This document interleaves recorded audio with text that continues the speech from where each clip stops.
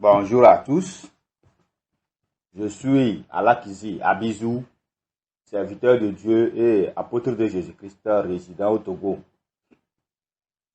Cet audio est le commencement du livre d'Enoch. C'est le tout premier audio du livre d'Enoch. Dans mes précédents messages, j'ai toujours fait mention du livre d'Enoch comme le tout premier livre de la terre, écrit à l'époque d'Enoch, de Noé, Enoch étant le 7e patriarche de la terre. Et j'ai eu à lire pas mal dans ce livre, dans mes précédents messages, surtout dans les 10 nouveaux messages publiés depuis mai 2023. Ainsi donc, cet audio est le commencement du livre d'Enoch, dont nous aurons certainement 6 audios. Nous aurons certainement 6 audios de ce document. Et le document en question fait 60 pages. Donc, dans ce tout premier audio, nous allons vous faire une introduction à ce livre. Donc, c'est en quelque sorte comme l'introduction au livre d'Enoch. Nous allons vous prouver la véracité de ce livre. Et dans les audios qui vont suivre, nous allons faire la lecture simple du livre d'Enoch, à savoir les 5 audios qui vont suivre.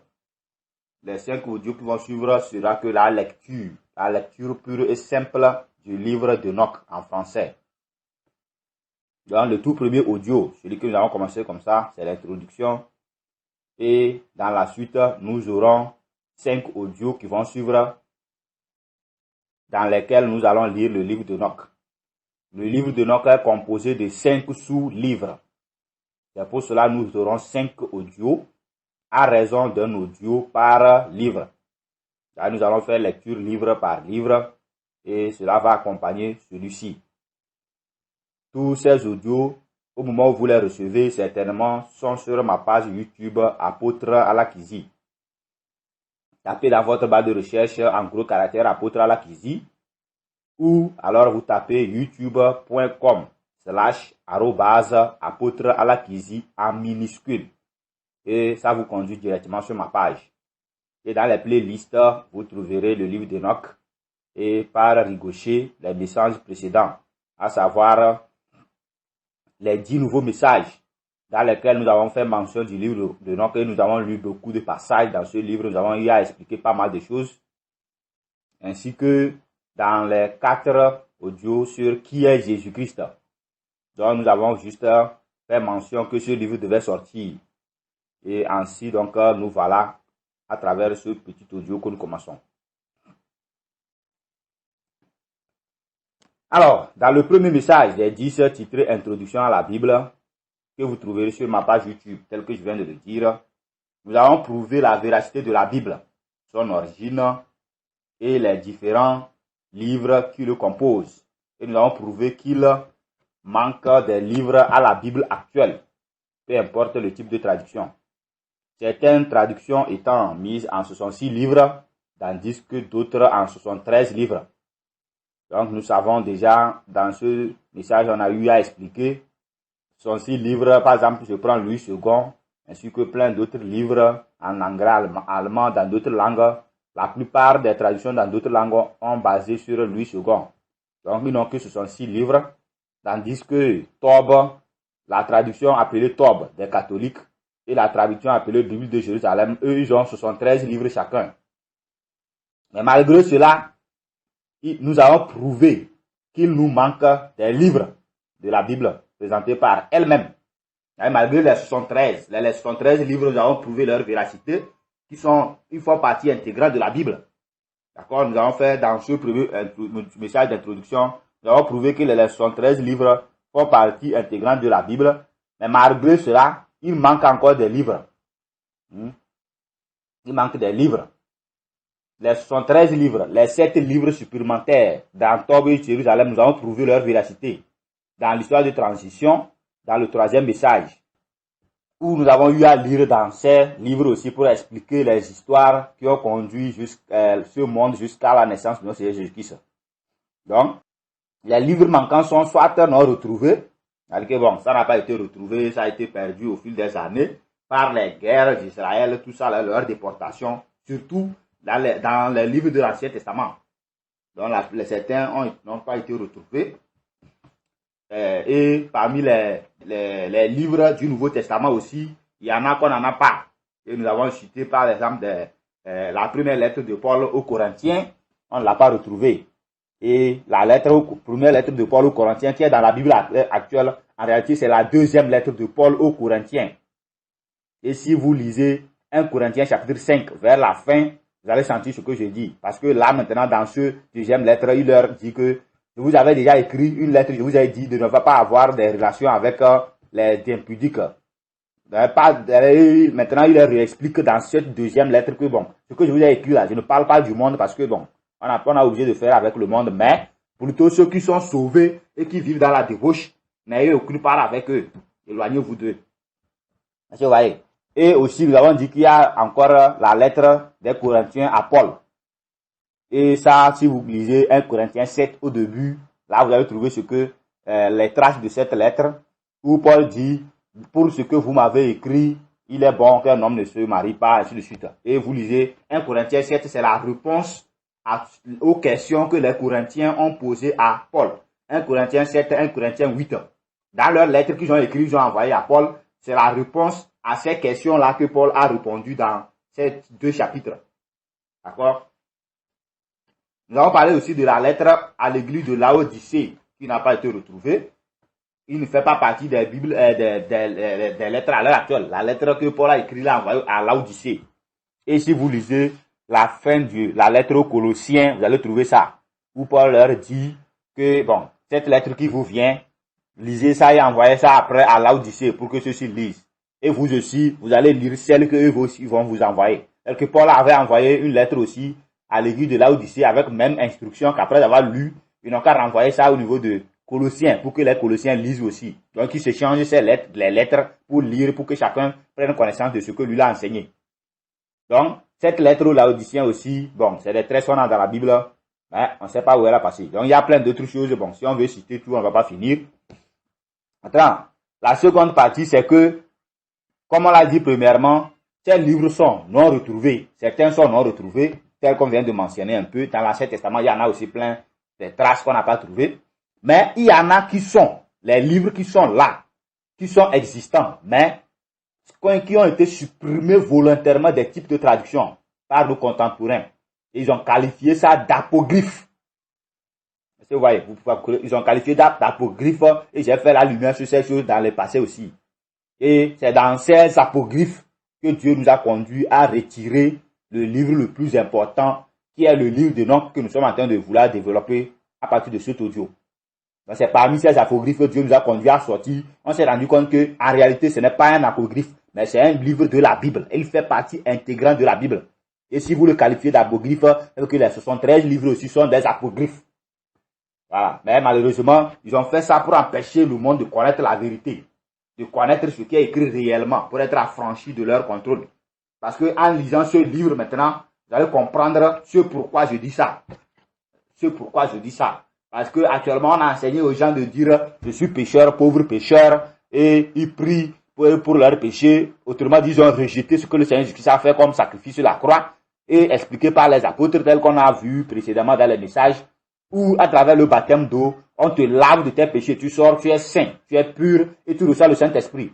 L'Esprit est saint. Quand tu le reçois, ça confirme que tu as été vraiment lavé, tu as reçu le Saint-Esprit. Mais eux, ils enseignent le contraire jusqu'à nos jours. Autrement dit, ils ont rejeté ce que le Seigneur Jésus a fait sur la croix et ils ont établi pour eux-mêmes.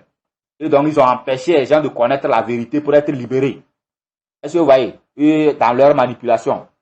Puisque dans le livre d'Enoch ici, c'est bien dit que si tu es pécheur, il n'y a pas de pitié pour toi. Il n'y en aura pas pitié. Ça veut dire que tu as rejeté le Seigneur Jésus. C'est bien écrit dans ce livre. Et on va lire la lecture simple. Et dans les messages à venir, peut-être on va retourner encore dans le livre d'Enoch expliqué. Et là, vous aurez les histoires claires, les esprits clairs, les explications claires. Ainsi donc, le livre d'Enoch est l'un des livres de la Bible, le tout premier livre de la Bible.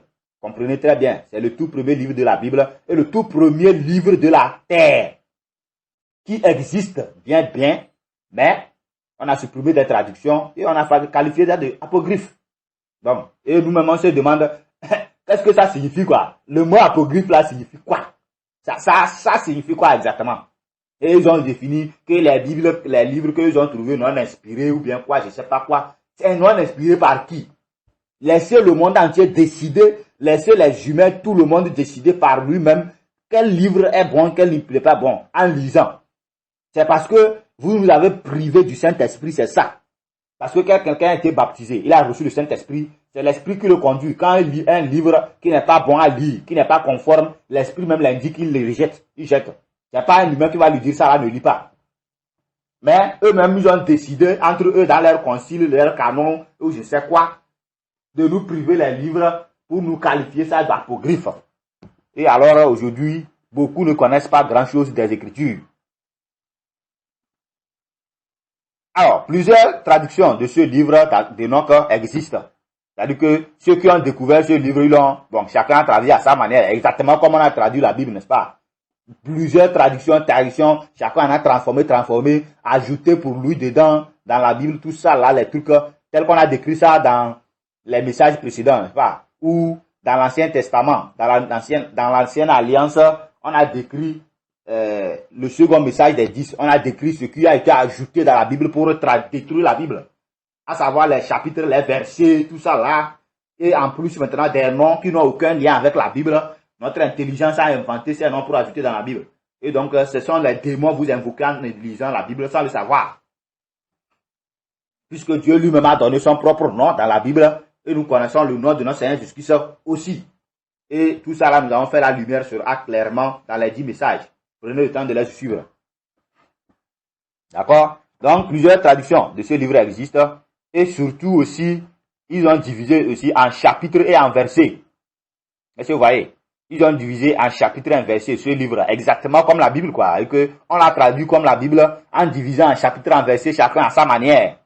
Et même, les versets ont été découpés même au milieu des phrases, exactement comme dans la Bible.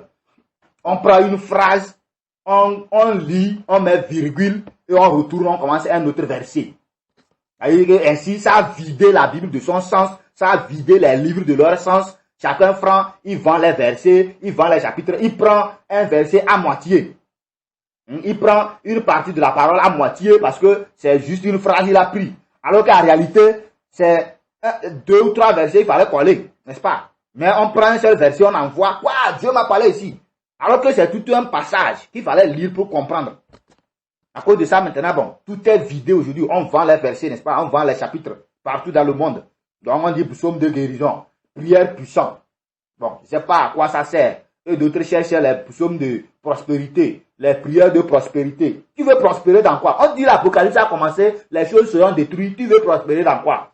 Tu ne comprends rien à ce que l'on dit alors. Beaucoup m'ont écrit sur ça, beaucoup m'ont demandé ça. Certains m'ont demandé ça, n'est-ce pas? Mais bon, c'est pas grave. À chacun de chercher ce qu'il veut. Mais ce qui est sûr, l'Apocalypse passe son chemin. Nous avons pris le temps de faire la synthèse du document. Le livre de Enoch. C'est pourquoi ce document fait 60 pages, celui que nous sommes en train de lire. Sinon, si c'est le livre de Enoch seul, qu'on devait présenter purement, ça n'atteint pas 60 pages. Mais l'introduction là nous prend 10 ou une dizaine de pages qui s'ajoutent, ce qui fait que ça fait 60 pages. Donc nous avons pris le temps de supprimer le découpage en versets. Nous avons supprimé les versets et nous avons laissé les textes bruts. Mais néanmoins, nous avons conservé le découpage en chapitres pour pouvoir distinguer le début de chaque livre. Et en lisant le texte de document, vous allez le sentir, vous allez voir à quel moment aussi chaque livre commence. Et aussi, comme nous allons lire les audios par document, ceux qui vont suivre les audios, eux, ça ne va pas les déranger trop. Puisque nous lirons livre par livre. Et là, nous n'allons pas faire la lecture de chapitres ou versets. Non, nous lisons le texte simple. Et celui qui écoute, il suit, il comprend ce qui continue. Alors, ainsi nous vous présentons dans ce document le livre d'Enoch, authentique avec le découpage des chapitres, mais sans versets. Et ce découpage de chapitres, c'est selon les traducteurs. C'est tel que c'était déjà découpé, c'est comme ça qu'on a conservé, donc on n'a pas changé. On n'a pas voulu modifier pour que ça devienne de n'importe quoi. Ça, c'est leur problème, mais ils ont déjà découpé en chapitres, on conserve comme ça. Puisque les chapitres, ça a permis de détecter les livres, livre par livre. Comme on a dit, s'il y a 5 sous-livres, On va conserver ça pour les détecter. Mais les versets, on supprime pour garder le texte, sa pureté, son authenticité. D'accord? Nous présentons le livre sans commentaire. Comme je l'ai dit, c'est juste la lecture simple. Mais dans d'autres messages, si Dieu le permet, on va le lire. On va lire et faire commentaire certains livres pour expliquer encore en détail par rapport aux prophéties qui s'accomplissent actuellement. Maintenant, ce livre, sa traduction est proche de Louis II de 1880 et il est aussi proche de la traduction appelée Bible de Jérusalem en français également. Donc, ce qui veut dire que, comme je l'ai dit, Louis II de 1880 n'a que 66 livres. Donc, c'est le même qu'on a repris pour Louis II de 1910, mais seulement qu'on a supprimé certains trucs aussi de 1880 là. Ce qui fait que, bon, ça aussi, ça nous a échappé. On a rapporté ça aussi dans les 10 messages, n'est-ce pas, dans l'histoire de transition. Dans les 10 messages, dans le 3e message, tout ça là, vous allez trouver ça là-bas. Donc, si quelqu'un veut avoir la Bible un peu complète, il faudrait prendre la Bible de Jérusalem et ajouter le livre d'Enoch. Et bon, là, vous aurez jusqu'à 79 livres, n'est-ce pas? Ainsi de suite. Mais ce qui est sûr, les contemporains nous ont dit que ça fait environ 14 livres qu'ils ont supprimés de la Bible. Donc, tous ces 14 livres, j'aime pas eu à les lire pour vérifier, pour voir quel livre est vrai, quel livre n'est pas vrai. Parce que je sais dedans que il y a des livres qui n'ont rien à voir avec la Bible. Mais plutôt, c'est n'importe quoi du catholicisme. À prendre exemple du livre de la lettre de Saint Ignace d'Antioche dont j'avais parlé, dans lequel il a écrit n'importe quoi et il met les évêques au-dessus de l'église. Même, c'est-à-dire que pour lui, c'est les évêques qui dirigent tout. Il n'y a plus de diacres, il n'y a plus d'apôtres, il n'y a plus de prophètes, il n'y a rien. Donc, c'est les évêques qui sont importants. Donc, ça, c'est du paganisme catholique. Donc, ils en ont écrit pour eux n'importe quoi et nous, on ne va pas se lancer dedans. Donc, si quelqu'un prend les livres d'apocryphes, ce que nous voulons dire, et il s'imagine que j'ai dit que tous ces livres sont de la Bible, ça veut dire qu'il n'a rien compris. C'est ce que je suis en train de dire. Donc, tous les livres qualifiés d'apocryphes sont vraiment apocryphes. Il y en a des gens qui sont apocryphes, c'est-à-dire que ça n'a aucun lien avec la Bible. C'est du paganisme, le catholicisme a écrit. D'accord? Mais dedans aussi, il y a des livres qui font partie de la Bible. Et si un livre fait partie de la Bible que je le découvre, je ne manquerai pas de vous le montrer. Par exemple, il y a déjà 7 livres qui sont qualifiés d'apocryphes, n'est-ce pas? Donc, nous avons fait la véracité dans le premier, le second, le 3e message des 10. Les 7 premiers livres. Maintenant, nous ajoutons le livre d'Enoch. N'est-ce pas? Donc, le livre d'Enoch, il y a 5 livres, 5 sous-livres. Donc, disons, ça fait 8 livres qu'on vous présente leur véracité. Et si on veut considérer les 5 sous-livres d'Enoch, ça vous fait 12 livres. N'est-ce pas? Donc, en réalité, comme on a déjà dit que ça fait 14 livres qu'on a qualifié d'apocryphes là, ça dépasse 14 livres. Voilà, ça dépasse 14 livres. Puisque c'est 12 livres, nous sommes en train de montrer comme ça. Alors que ce que ont dit 14 livres là, ils n'ont même pas considéré les 5 livres du livre d'Enoch. Ils ont considéré le livre d'Enoch comme un seul livre et c'est fini. Et c'est normal puisque c'est dans un seul document. Mais nous avons pris le temps de les décortiquer pour vous montrer sa véracité. Alors, avant de vous présenter le livre, comme je l'ai dit, nous allons vous présenter la véracité. D'accord? Nous allons vous montrer son intégrité dans toute la Bible, tel qu'on avait fait un peu brièvement dans les autres messages, surtout dans le 10e message. Ici, nous allons rentrer vous montrer sa véracité à travers les Bibles. C'est-à-dire que, à travers la Bible, il y a les traces d'Enoch dans toute la Bible. Et ce que Enoch lui-même a écrit, il y a une partie qui est citée dans la Bible qu'on a eu de l'autre côté, des 10 messages, mais on va reprendre ça ici pour expliquer un peu de choses dans cette introduction.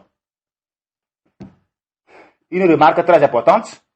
Le nom du livre est celui de son auteur, c'est-à-dire Enoch, qui est le 7e patriarche de la terre, décrit dans Genèse chapitre 5. Il dit bien le 7e patriarche de la terre depuis Adam, dont le nom est présenté dans Genèse 5. Donc, peu importe le type de traduction de la Bible que vous prenez, dans Genèse 5, vous trouverez Enoch.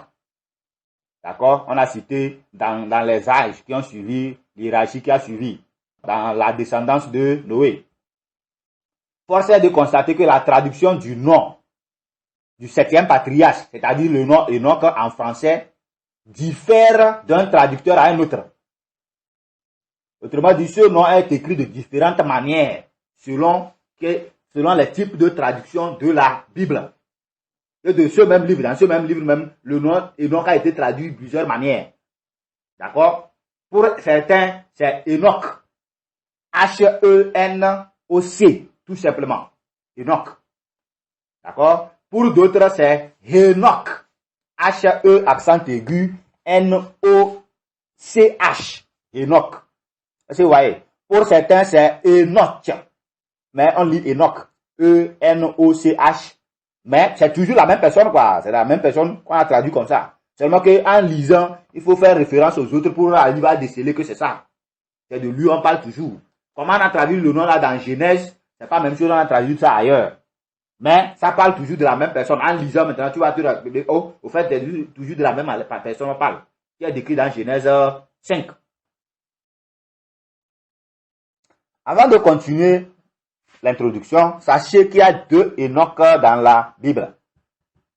Je dis bien, il y a 2 Enoch dans la Bible. Avant de continuer, c'est pourquoi on a dit introduction, on va expliquer pas mal de choses dans ce premier message.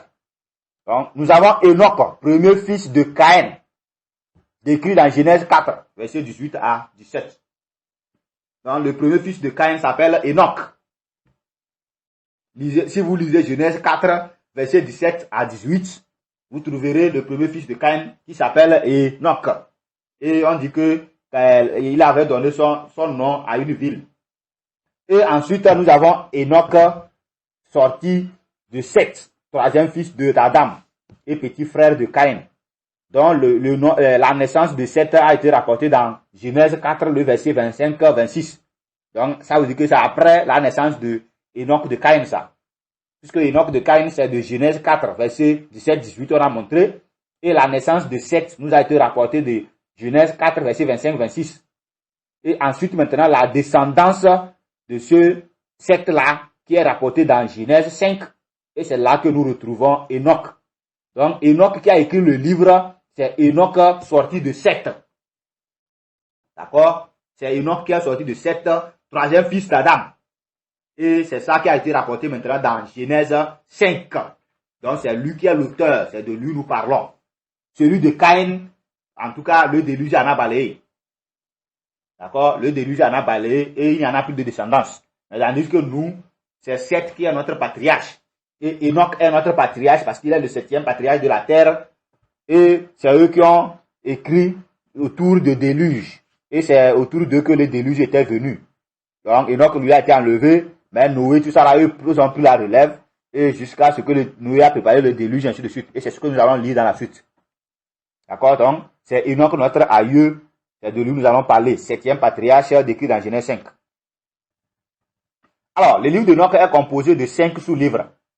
En conséquence, pour permettre une meilleure compréhension de ce livre, nous allons le lire livre par livre dans les audios qui suivent.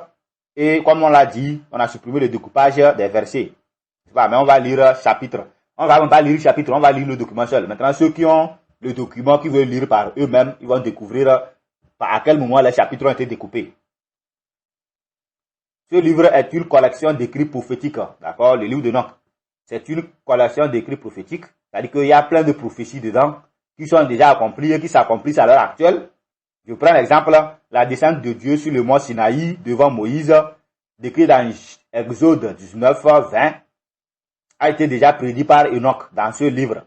Et tout leur séjour, la naissance d'Abraham, le déluge, la naissance d'Abraham, Isaac, Jacob, leur maltraitance dans l'Égypte, leur sortie, la descente de Dieu sur le mont Sinaï, la fondation de la nation d'Israël, tout ça là, ça a été décrit d'avance par Enoch. Donc c'est des écrits prophétiques astronomiques, donc de l'astronomie.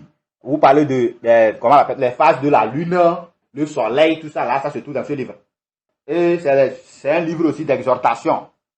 Donc tout ça là, la plupart ont été écrites par Enoch, le 7e patriarche, et d'autres par Noé. Et il y a eu d'autres patriarches à l'intérieur, dont en lisant nous allons les découvrir. Alors, l'histoire du livre d'Enoch se situe entre Genèse 4 et Genèse 6. Je dis bien, l'histoire se situe entre Genèse 4 et Genèse 6. L'histoire qui se trouve dans le livre d'Enoch. Ça a été écrit dans l'intervalle de Genèse 4 et Genèse 6. C'est dans cet intervalle-là que l'histoire là a eu lieu. Et c'est sa continuité qui est de Genèse 6 à 11. La continuité de l'histoire du livre d'Enoch, c'est ça qui est de Genèse 6 à 11. Autrement dit, Moïse n'a fait que résumer ce qui est dans le livre d'Enoch au début du chapitre 6. Puis il a continué l'histoire, comment le Seigneur, tel que le Saint-Esprit lui a révélé. Il a écrit de 6, comment il a fabriqué, Noé a fabriqué l'arche, tout ça là, jusqu'à le déluge, ils sont sortis, et ainsi de suite, jusqu'à Babel, jusqu'à nous aujourd'hui. Moïse n'a fait que le résumé, puisque ce livre existait au temps de Moïse. Ça a été transmis de génération en génération, jusqu'à eux. Il y a des livres qui ont été conservés. Vous voyez. Donc, ce livre, tel que je l'ai dit, se situe entre Genèse 4 et 6. Et vous allez le sentir bientôt. Dans Genèse 5, nous avons la généalogie d'Enoch, qui va d'Adam à Jared, père d'Enoch. Puis nous avons sa descendance, la descendance d'Enoch, qui va de Mathusalah. De Mathusalah, il a mis monde à Lamech. Lamech a mis au monde Noé. Et Noé a mis au monde Sem, Cam, Japheth, de qui la terre a été repeuplée après le déluge. Et c'est là maintenant, c'est ça pourquoi nous avons dit que c'est ça qui fait la continuité de Genèse 6 à 11. C'est là qu'on a décrit comment la terre a été repeuplée après le déluge. D'accord? Donc, tout ça là, jusqu'à nos jours en 2023, on est sorti de Sem, Cam et Japheth. D'où j'ai dit, Enoch est notre aïeux, puisqu'il a mis au monde Mathusalah. Mathusalah a mis au monde Lamech. Lamech a enfanté Noé. De Noé est sorti Sem, Cam, Japheth. Et après le déluge, ceux-ci ont repeuplé la terre jusqu'à nous aujourd'hui. D'où, dans certains de mes messages passés, j'avais dit que nous sommes tous cousins et cousines. Nous sommes tous frères et sœurs dans le monde entier. Peu importe notre ethnie, peu importe notre pays, peu importe notre région, nous sommes tous frères et sœurs sortis de Sem, Cam et Japheth. Nous sommes tous sortis d'un père Noé. Et si nous avons des diverses langues aujourd'hui, des diverses communautés aujourd'hui, on doit ça à la tour de Babel, décrit dans Genèse 11. C'est là-bas, toutes les langues ont été créées, tout ça, nous avons décrit ça dans les 10 messages. Prenez le temps de lire. D'accord? Bien, permettez-moi de vous lire Genèse 5, vous allez trouver tout ça là. Genèse 5, verset 1 à 31. On dit, voici le livre de la postérité d'Adam. Lorsque Dieu créa l'homme, il le fit à la ressemblance de Dieu. Il créa l'homme et la femme. Il les bénit et il les appela du nom d'homme. Lorsqu'ils furent créés, Adam, âgé de 130 ans, engendra un fils à sa ressemblance, selon son image, et il lui donna le nom de Seth. Les jours d'Adam, après la naissance de Seth, furent de 800 ans, et il engendra des fils et des filles. Tous les jours qu'Adam vécut furent de 930 ans, puis il mourut. Seth, âgé de 105 ans, engendra Enos. Seth vécut après la naissance d'Enos 807 ans, et il engendra des fils et des filles. Tous les jours de Seth furent de 912 ans, puis il mourut. Enos, âgé de 90 ans, engendra Caïnan. Enos vécut après la naissance de Caïnan 815 ans, et il engendra des fils et des filles. Tous les jours d'Enos furent de 905 ans, puis il mourut. Caïnan, ou encore dans d'autres traductions on dit Kénan, Caïnan, ou encore appelé Kénan, âgé de 70 ans, engendra Malaléel. Caïnan vécut après la naissance de Malaléel 840 ans, et il engendra des fils et des filles. Tous les jours de Caïnan furent de 910 ans, puis il mourut. Malaléel, ou bien dans d'autres traductions on dit Mahalaleel. Est-ce que vous voyez? C'est pourquoi j'ai dit il y a des noms, des traductions selon des documents, selon les livres qui sont difficiles.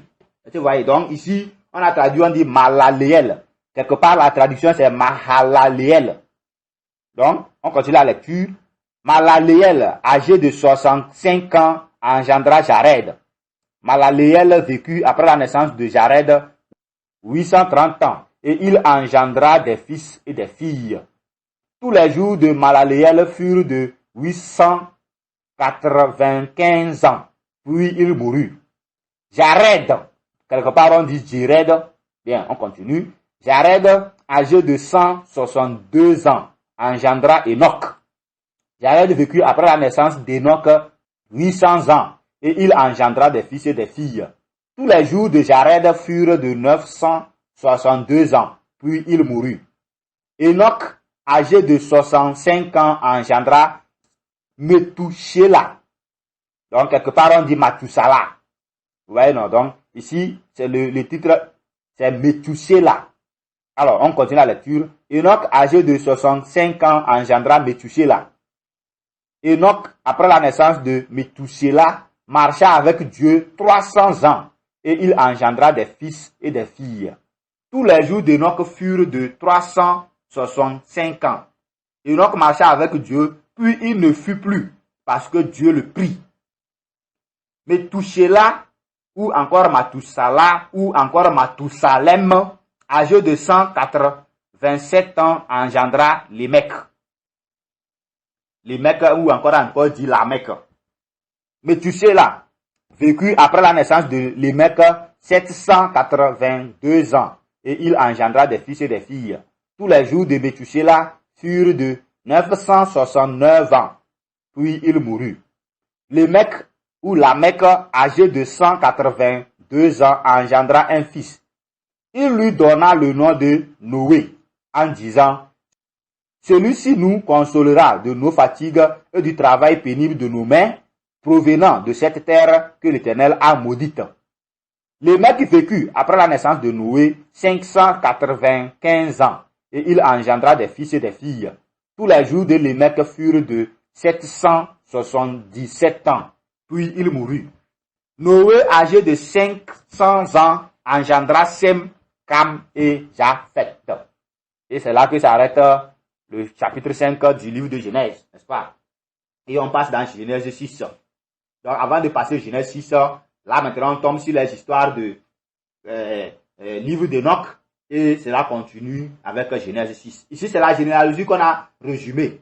Maintenant les événements qui sont passés de Genèse 4 jusqu'à ce que les événements de Genèse 6 commencent, c'est là ici qu'il faut intégrer ça. C'est pourquoi j'ai dit l'histoire se situe entre Genèse 4 et 6.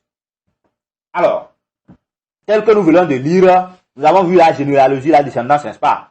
Alors voici la généalogie d'Enoch aussi, résumée dans son livre, dans le livre d'Enoch, au début du chapitre 37. Donc au début du chapitre 37, il y a sa généalogie, telle qu'on vient de le lire en haut ici, ça a été résumé dedans exactement. Alors là-bas nous lisons, voici une autre vision, la seconde vision de sagesse, la vision qu'eut Enoch, fils de Jared, fils de Malaléel, fils de Caïnan, fils d'Enos, fils de Seth, fils d'Adam. Eh bien, la vision, on a continué par réciter la vision. Donc rendez-vous dans la suite, dans la lecture du premier livre. On va trouver ça dedans. Ou du second livre, vous trouverez la lecture complète dedans là-bas. Ainsi donc, la généalogie d'Enoch est d'Adam à son père Jared, puis d'Enoch sortit Mathusalah, de Mathusalah sortit Lamec, de Lamec sortit Noé, et de Noé Sem, Cam et Japheth, qui autres repeuplèrent toute la terre après le déluge, et jusqu'à nos jours, tel que nous l'avons décrit aussi, n'est-ce pas, dans la série des 10 derrière. Cette généalogie d'Enoch, puis sa descendance, telle qu'on a vu plus haut, décrite dans Genèse 5, tout ça là figure également dans la généalogie de notre Seigneur Jésus-Christ. D'accord? Dans la chair, c'est-à-dire que sorti de Marie, tout ça là, et de Joseph, et cela a été décrit dans Luc chapitre 3. Donc, on ne va pas lire tout Luc 3 parce que c'est la généalogie, c'est long jusqu'à atteindre celui-ci. Donc, on va lire Luc 3, verset 36 à 38, la partie qui nous intéresse vraiment. Dans Luc 3, verset 36-38, on dit, fils de Caïnam, fils d'Arphaxad, fils de Sem, fils de Noé, fils de Lamec, fils de Mathusalah, fils d'Enoch, fils de Jared, fils de Maléléel, fils de Caïnan, fils d'Enos, fils de Seth, fils d'Adam, fils de Dieu. C'est clair? Je vais relire encore Luc 3, verset 36 à 38. C'est-à-dire que c'est la généalogie de notre Seigneur Jésus-Christ. Quand il a été baptisé, il a été tenté, il a reçu le Saint-Esprit, qu'on a descendu sa généalogie. Et là, ça commence en haut, ça atteint sur verset 36 à 38, où on continue en disant, fils de Caïnam, fils d'Arphaxad, fils de Sem, fils de Noé, fils de Lamec, fils de Mathusalah, fils d'Enoch, fils de Jared, fils de Maléléel, fils de Caïnan, fils d'Enos, fils de Seth, fils d'Adam, fils de Dieu. Donc, à ne pas confondre Caïnam et Caïnan. Donc, en haut, on a lu fils de Caïnam, et ici, on lit encore fils de Caïnan. Caïnam, c'est avec K, alors que Caïnan, c'est avec C. C'est Caïnam. Donc, c'est quelqu'un d'autre qui s'appelait comme ça, qui est sorti d'Arphaxad. Ça veut dire que c'est le fils d'Arphaxad. Alors que Caïnan, c'est le fils d'Énos. On continue, tel qu'on a lu plus haut, n'est-ce pas? Donc c'est très clair, ça c'est la généalogie d'Enoch qui figure dans la généalogie de notre Seigneur Jésus-Christ. Ça c'est très clair, il n'y a rien à ajouter. Alors nous avons lu dans Genèse 5, tout à l'heure plus haut, bon, là-bas on n'a pas lu les versets, mais comme vous avez découvert les versets, nous avons lu Genèse 5, c'est verset 23-24 où on a dit, tous les jours d'Enoch furent de 365 ans. Enoch marchait avec Dieu, puis il ne fut plus parce que Dieu le prit. On a lu ça dans Genèse 5, tout à l'heure, plus haut. Cet événement de comment il a disparu nous a été expliqué également dans Hébreux 11, verset 5-6, dans le Nouveau Testament, où c'est écrit, c'est par la foi qu'Enoch fut enlevé pour qu'il ne vit point la mort, et qu'il ne parut plus parce que Dieu l'avait enlevé. Car avant son enlèvement, il avait reçu le témoignage qu'il était agréable à Dieu. Or, sans la foi, il est impossible de lui être agréable, car il faut que celui qui s'approche de Dieu croit que Dieu existe et qu'il est le rémunérateur de ceux qui le cherchent. C'est très clair, n'est-ce pas? Dans Hébreux 11, verset 5-6. Donc, dans Hébreux 11, on nous a parlé de ce que c'est que la foi. Et comment les tout premiers ont vécu par la foi, n'est-ce pas? Et donc, on est arrivé sur Enoch. On a commencé par 7 ainsi de suite, jusqu'à Enoch. Comment Enoch a disparu. On a vu ça dans Genèse 5, on nous appelle ça ici. Donc, c'est par la foi qu'Enoch a été enlevé. Autrement dit, nous devons vivre par la foi, n'est-ce pas? C'est quoi la foi? C'est ça qu'on nous explique, on nous résume. Afin que chacun d'entre nous vive par la foi.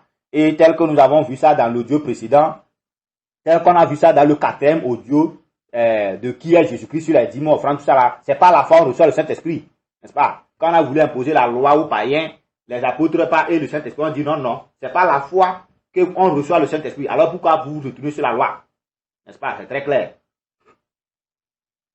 Alors, cette disparition encore d'Enoch, telle qu'on vient de le lire ici, nous fut décrit également dans le livre d'Enoch, au début du chapitre 12. Est-ce que vous voyez? Donc, sa disparition, telle qu'on vient de dire qu'il a disparu, tout ça là, ça a été rapporté aussi dans son livre, dans le livre d'Enoch, qu'on va lire dans la suite, au chapitre 12, au début du chapitre. Et là-bas, on a écrit, avant l'accomplissement de toutes ces choses, Enoch fut enlevé de la terre, et personne ne sut où il avait été enlevé, ni ce qu'il était devenu. Tous ces jours, il les passa avec les saints et avec les vigilants. Donc, dans le livre de Enoch, quand on parle de vigilants, on parle des anges. D'accord? On parle des anges et on parle des archanges. On va voir ça dans la suite, dans la lecture. Ça serait bien clair. Donc, c'est très clair, n'est-ce pas? Cette disparition, telle qu'on vient de dire ici, était arrivée après la chute des anges, avec les femmes résumées par Moïse au début de Genèse 6. D'accord? C'est pourquoi on dit avant l'accomplissement de toutes ces choses, avant d'accomplissement de quoi? Donc, après la chute des anges, au début de Genèse 6, on n'a pas détaillé exactement ce qui s'est passé, n'est-ce pas? Mais, quand vous lisez Enoch chapitre 7 au 16, on va lire ça dans la suite, vous allez voir ce qui était arrivé. Donc, il y a eu un grand problème où Enoch était obligé, a été choisi, et c'est lui qui allait rapporter à Dieu. Les anges ont vu ce qui s'est passé, les archanges ils sont allés rapporter à Dieu, et c'est Enoch que Dieu a choisi pour converser avec les humains, et avec les anges déchus. Donc, c'est Enoch qui était envoyé, et on lui a annoncé tout ce qui doit arriver à cause de cette chute. Et il a annoncé ça dans chapitre 11. On va lire ça dans la suite. Et c'est pourquoi au début du chapitre 12, ici maintenant, on dit, avant que tout ce que Enoch a annoncé ne s'accomplisse, il fut enlevé de la terre. Et personne ne sut où il avait été enlevé, ou ce qu'il était devenu.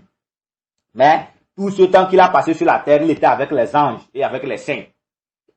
Donc, c'est ce qu'on vient de lire au début du chapitre 12. On le lira très clairement dans la suite, au début du premier document.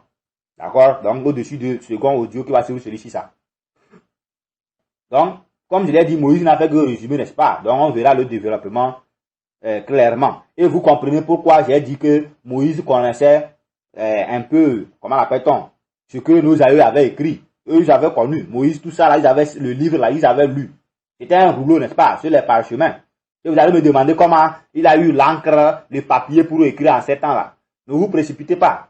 Dans la suite du livre de Enoch, on trouvera à quel moment, comment l'homme a su, comment écrire. Comment l'homme a su commencer par écrire. Comment l'homme a su pour fabriquer l'encre et sur ce quoi il faut écrire. D'accord? C'est décrit dans ce livre. Toute notre intelligence, notre technologie, l'origine, c'est dans ce livre. Comment ça s'est évolué? On va voir ça dans la suite. Alors, l'une des prophéties d'Enoch nous a été rappelée également dans l'avant-dernier livre de la Bible, dans le Nouveau Testament. Et ça, c'est peu importe le type de traduction, hein, n'importe quelle traduction vous prenez, vous allez retrouver cette prophétie dans la lettre du prophète Jude. D'accord, l'avant-dernier livre du Nouveau Testament, tel qu'on nous a rapporté ça. Donc, Jude, l'avant-dernier livre, c'est après la lettre de Jude que vous allez trouver Apocalypse, ou encore appelé Révélation. Donc, dans Jude 1, le verset 14-15, là-bas, Jude nous a dit quoi? Il nous a rappelé l'une des prophéties d'Enoch en disant, c'est aussi pour eux qu'Enoch, le septième depuis Adam, a prophétisé en ces termes.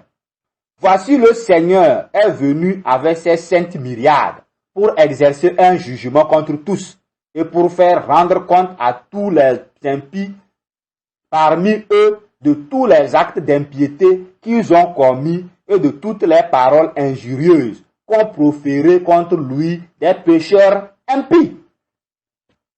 Voilà, c'est très clair, n'est-ce pas? Cette prophétie se rapporte aux faux prophètes, aux faux pasteurs, aux faux serviteurs de Dieu, tel qu'on l'a décrit dans les messages précédents là.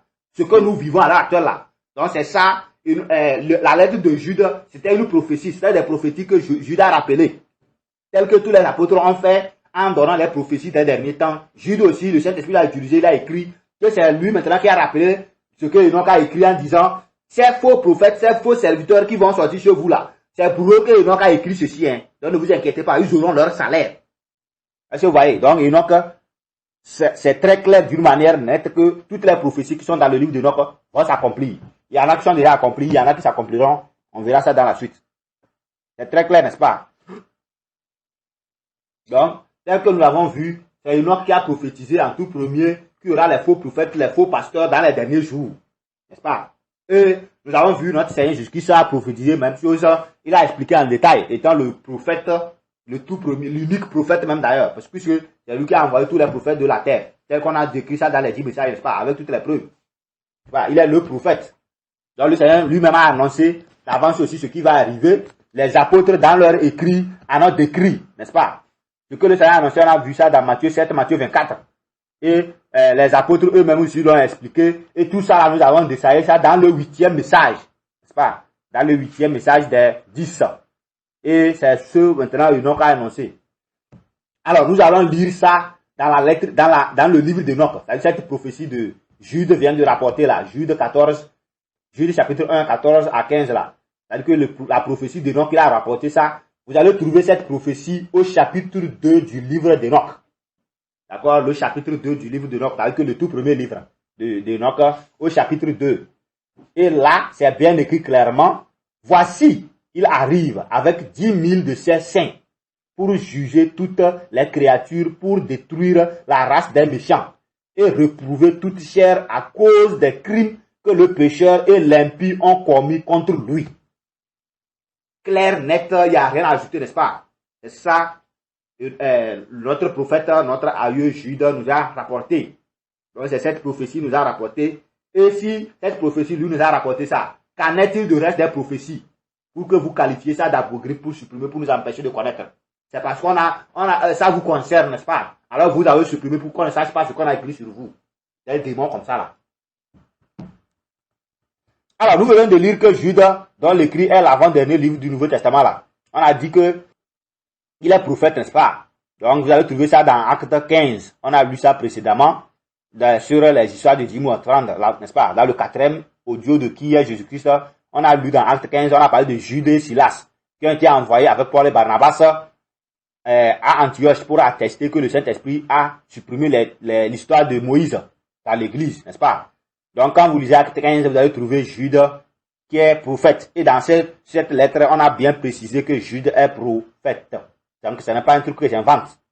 Il y a toujours dit tout dans la Bible. Alors, au vu de ces peu de passages relevés sur Enoch, bon, surtout sur sa prophétie rapportée par Jude ici là, bon. Bon, est-ce que j'ai besoin de dire encore que le livre d'Enoch fait partie de la Bible? Est-ce que j'ai besoin de dire ça encore? J'ai pas besoin, mon frère. Que, bon, ça là, ce n'est pas besoin de, on n'a plus besoin de dire que chacun d'entre nous croit connaître ce qui est écrit dans ce livre, quoi. Si Jude le prophète Jude a rapporté ne serait-ce que cette prophétie, elle seule, de ce que Enoch a écrit, et qu'il y a le livre de Enoch, et que tu n'as pas cherché à connaître les prophéties qui sont dedans, est-ce que toi aussi tu es perdu? Mais pourtant, bon, ce n'est pas de notre faute, puisque les démons ont décidé de nous qualifier d'apocryphes pour nous empêcher de connaître la vérité. Ils avaient même interdit son enseignement, n'est-ce pas? On va voir ça dans la suite de ce message. Donc, c'est très clair et net, ce livre fait partie intégrale de la Bible. Et le pilier, le tout premier livre de la Bible est le tout premier livre de la terre. C'est très clair, n'est-ce pas? Et ce qui fait que quand on dit dans Actes des Apôtres, la loi et les prophètes, la loi des prophètes, ce que Enoch y est intégré. Et nous allons voir ça dans la suite d'une manière claire, nette. D'accord? Alors, nous avons déjà prouvé dans l'introduction à la Bible que tous les livres se trouvent en Isaïe actuellement, n'est-ce pas? Tous ces livres-là, ici, sont toujours. Même ceux qui ont calculé par l'apocryphe, tout ça là, Isaïe lui en a récupéré. Les livres qui avaient été perdus, mais ça a été récupéré, restauré chez eux. Même si les Juifs de nos jours n'en font aucun cas, c'est ce que je veux dire. Même s'ils ne considèrent même pas ce livre aujourd'hui, même si tous ces livres d'apocryphes ne sont pas considérés par les Juifs de nos jours, mais dans le 8e message, nous avons déjà prouvé pourquoi ils ont fait ça, n'est-ce pas? Mais néanmoins, les tout premiers Juifs, au temps de notre Seigneur Jésus-Christ, eux, ils connaissaient ces livres, ils connaissaient ces prophéties. Est-ce que vous comprenez? Ils connaissaient ces livres, ils connaissaient ces prophéties, ils connaissaient tout ce qui est dans ces livres-là. Ils enseignaient ça. C'est ça on a lu quand ils enseignaient dans chaque sabbat, dans les synagogues et autres. Ils connaissaient ces livres, ils connaissaient le livre de Enoch, ce qui est écrit dedans. Tous les Juifs, à l'époque du Seigneur Jésus-Christ, ils connaissaient ces livres. Ils connaissaient tout ça là. Ils maîtrisaient ça parce que c'est dans leurs mains. C'est à partir de colonisation que les titres d'apocryphes sont sortis. N'est-ce pas? Mais ces livres étaient là depuis.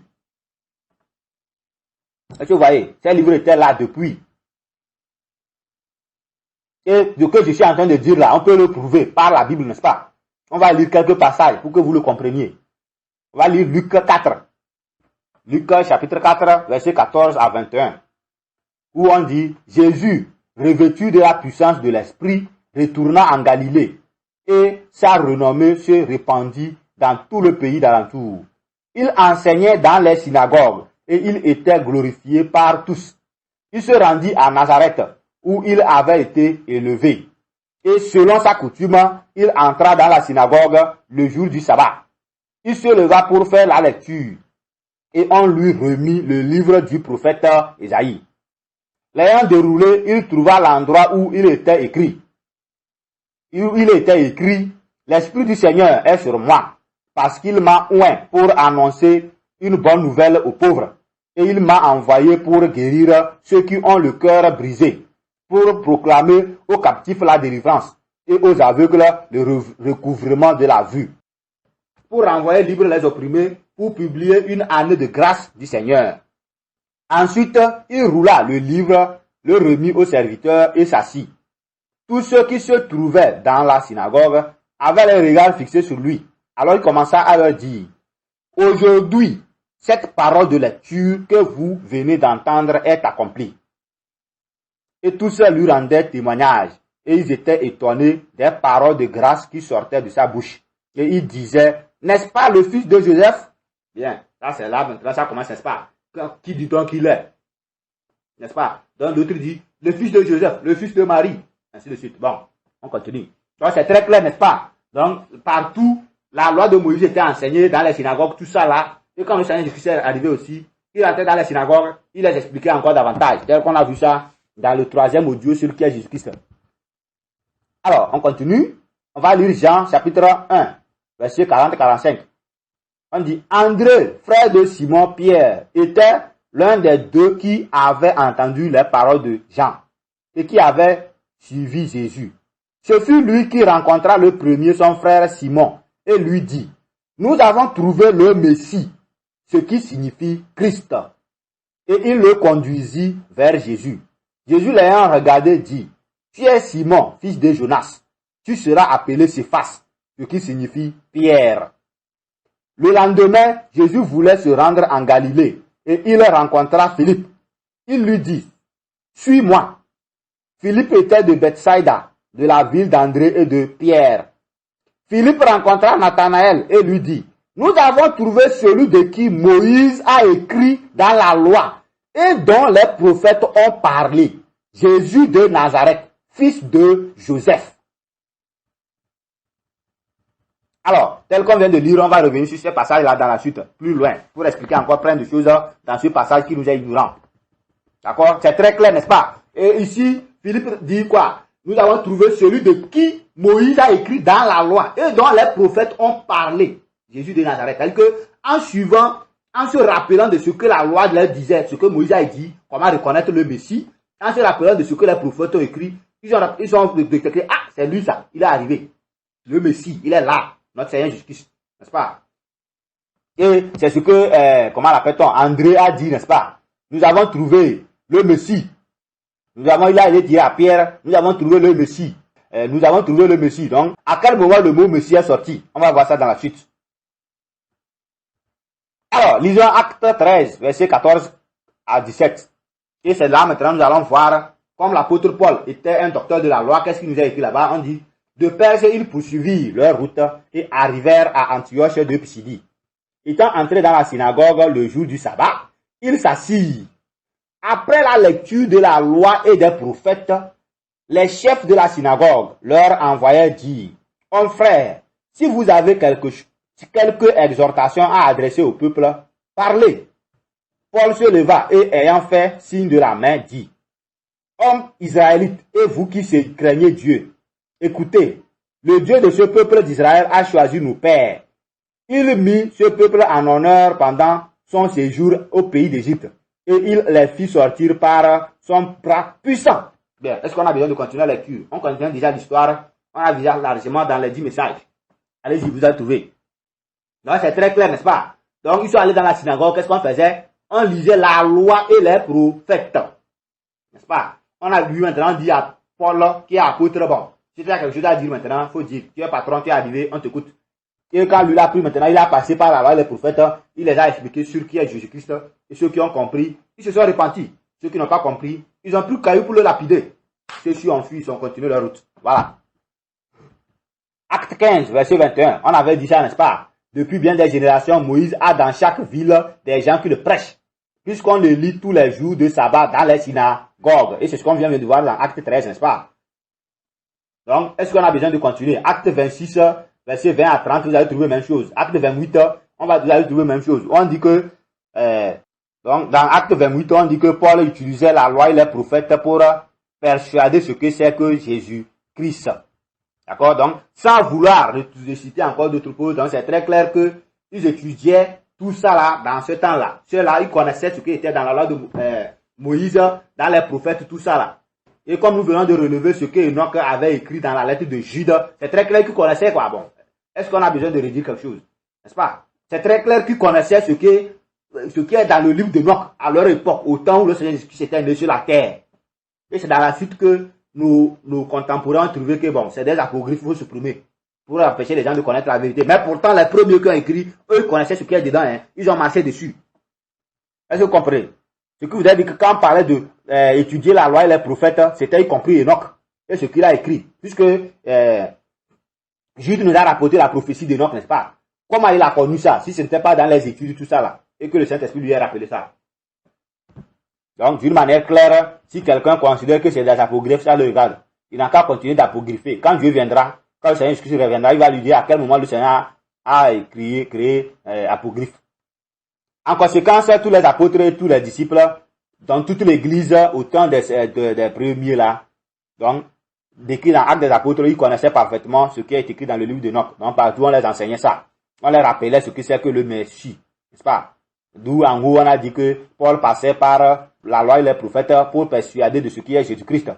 C'est clair, n'est-ce pas? Donc, durant tout son voyage, on a décrit ça dans les 10 messages.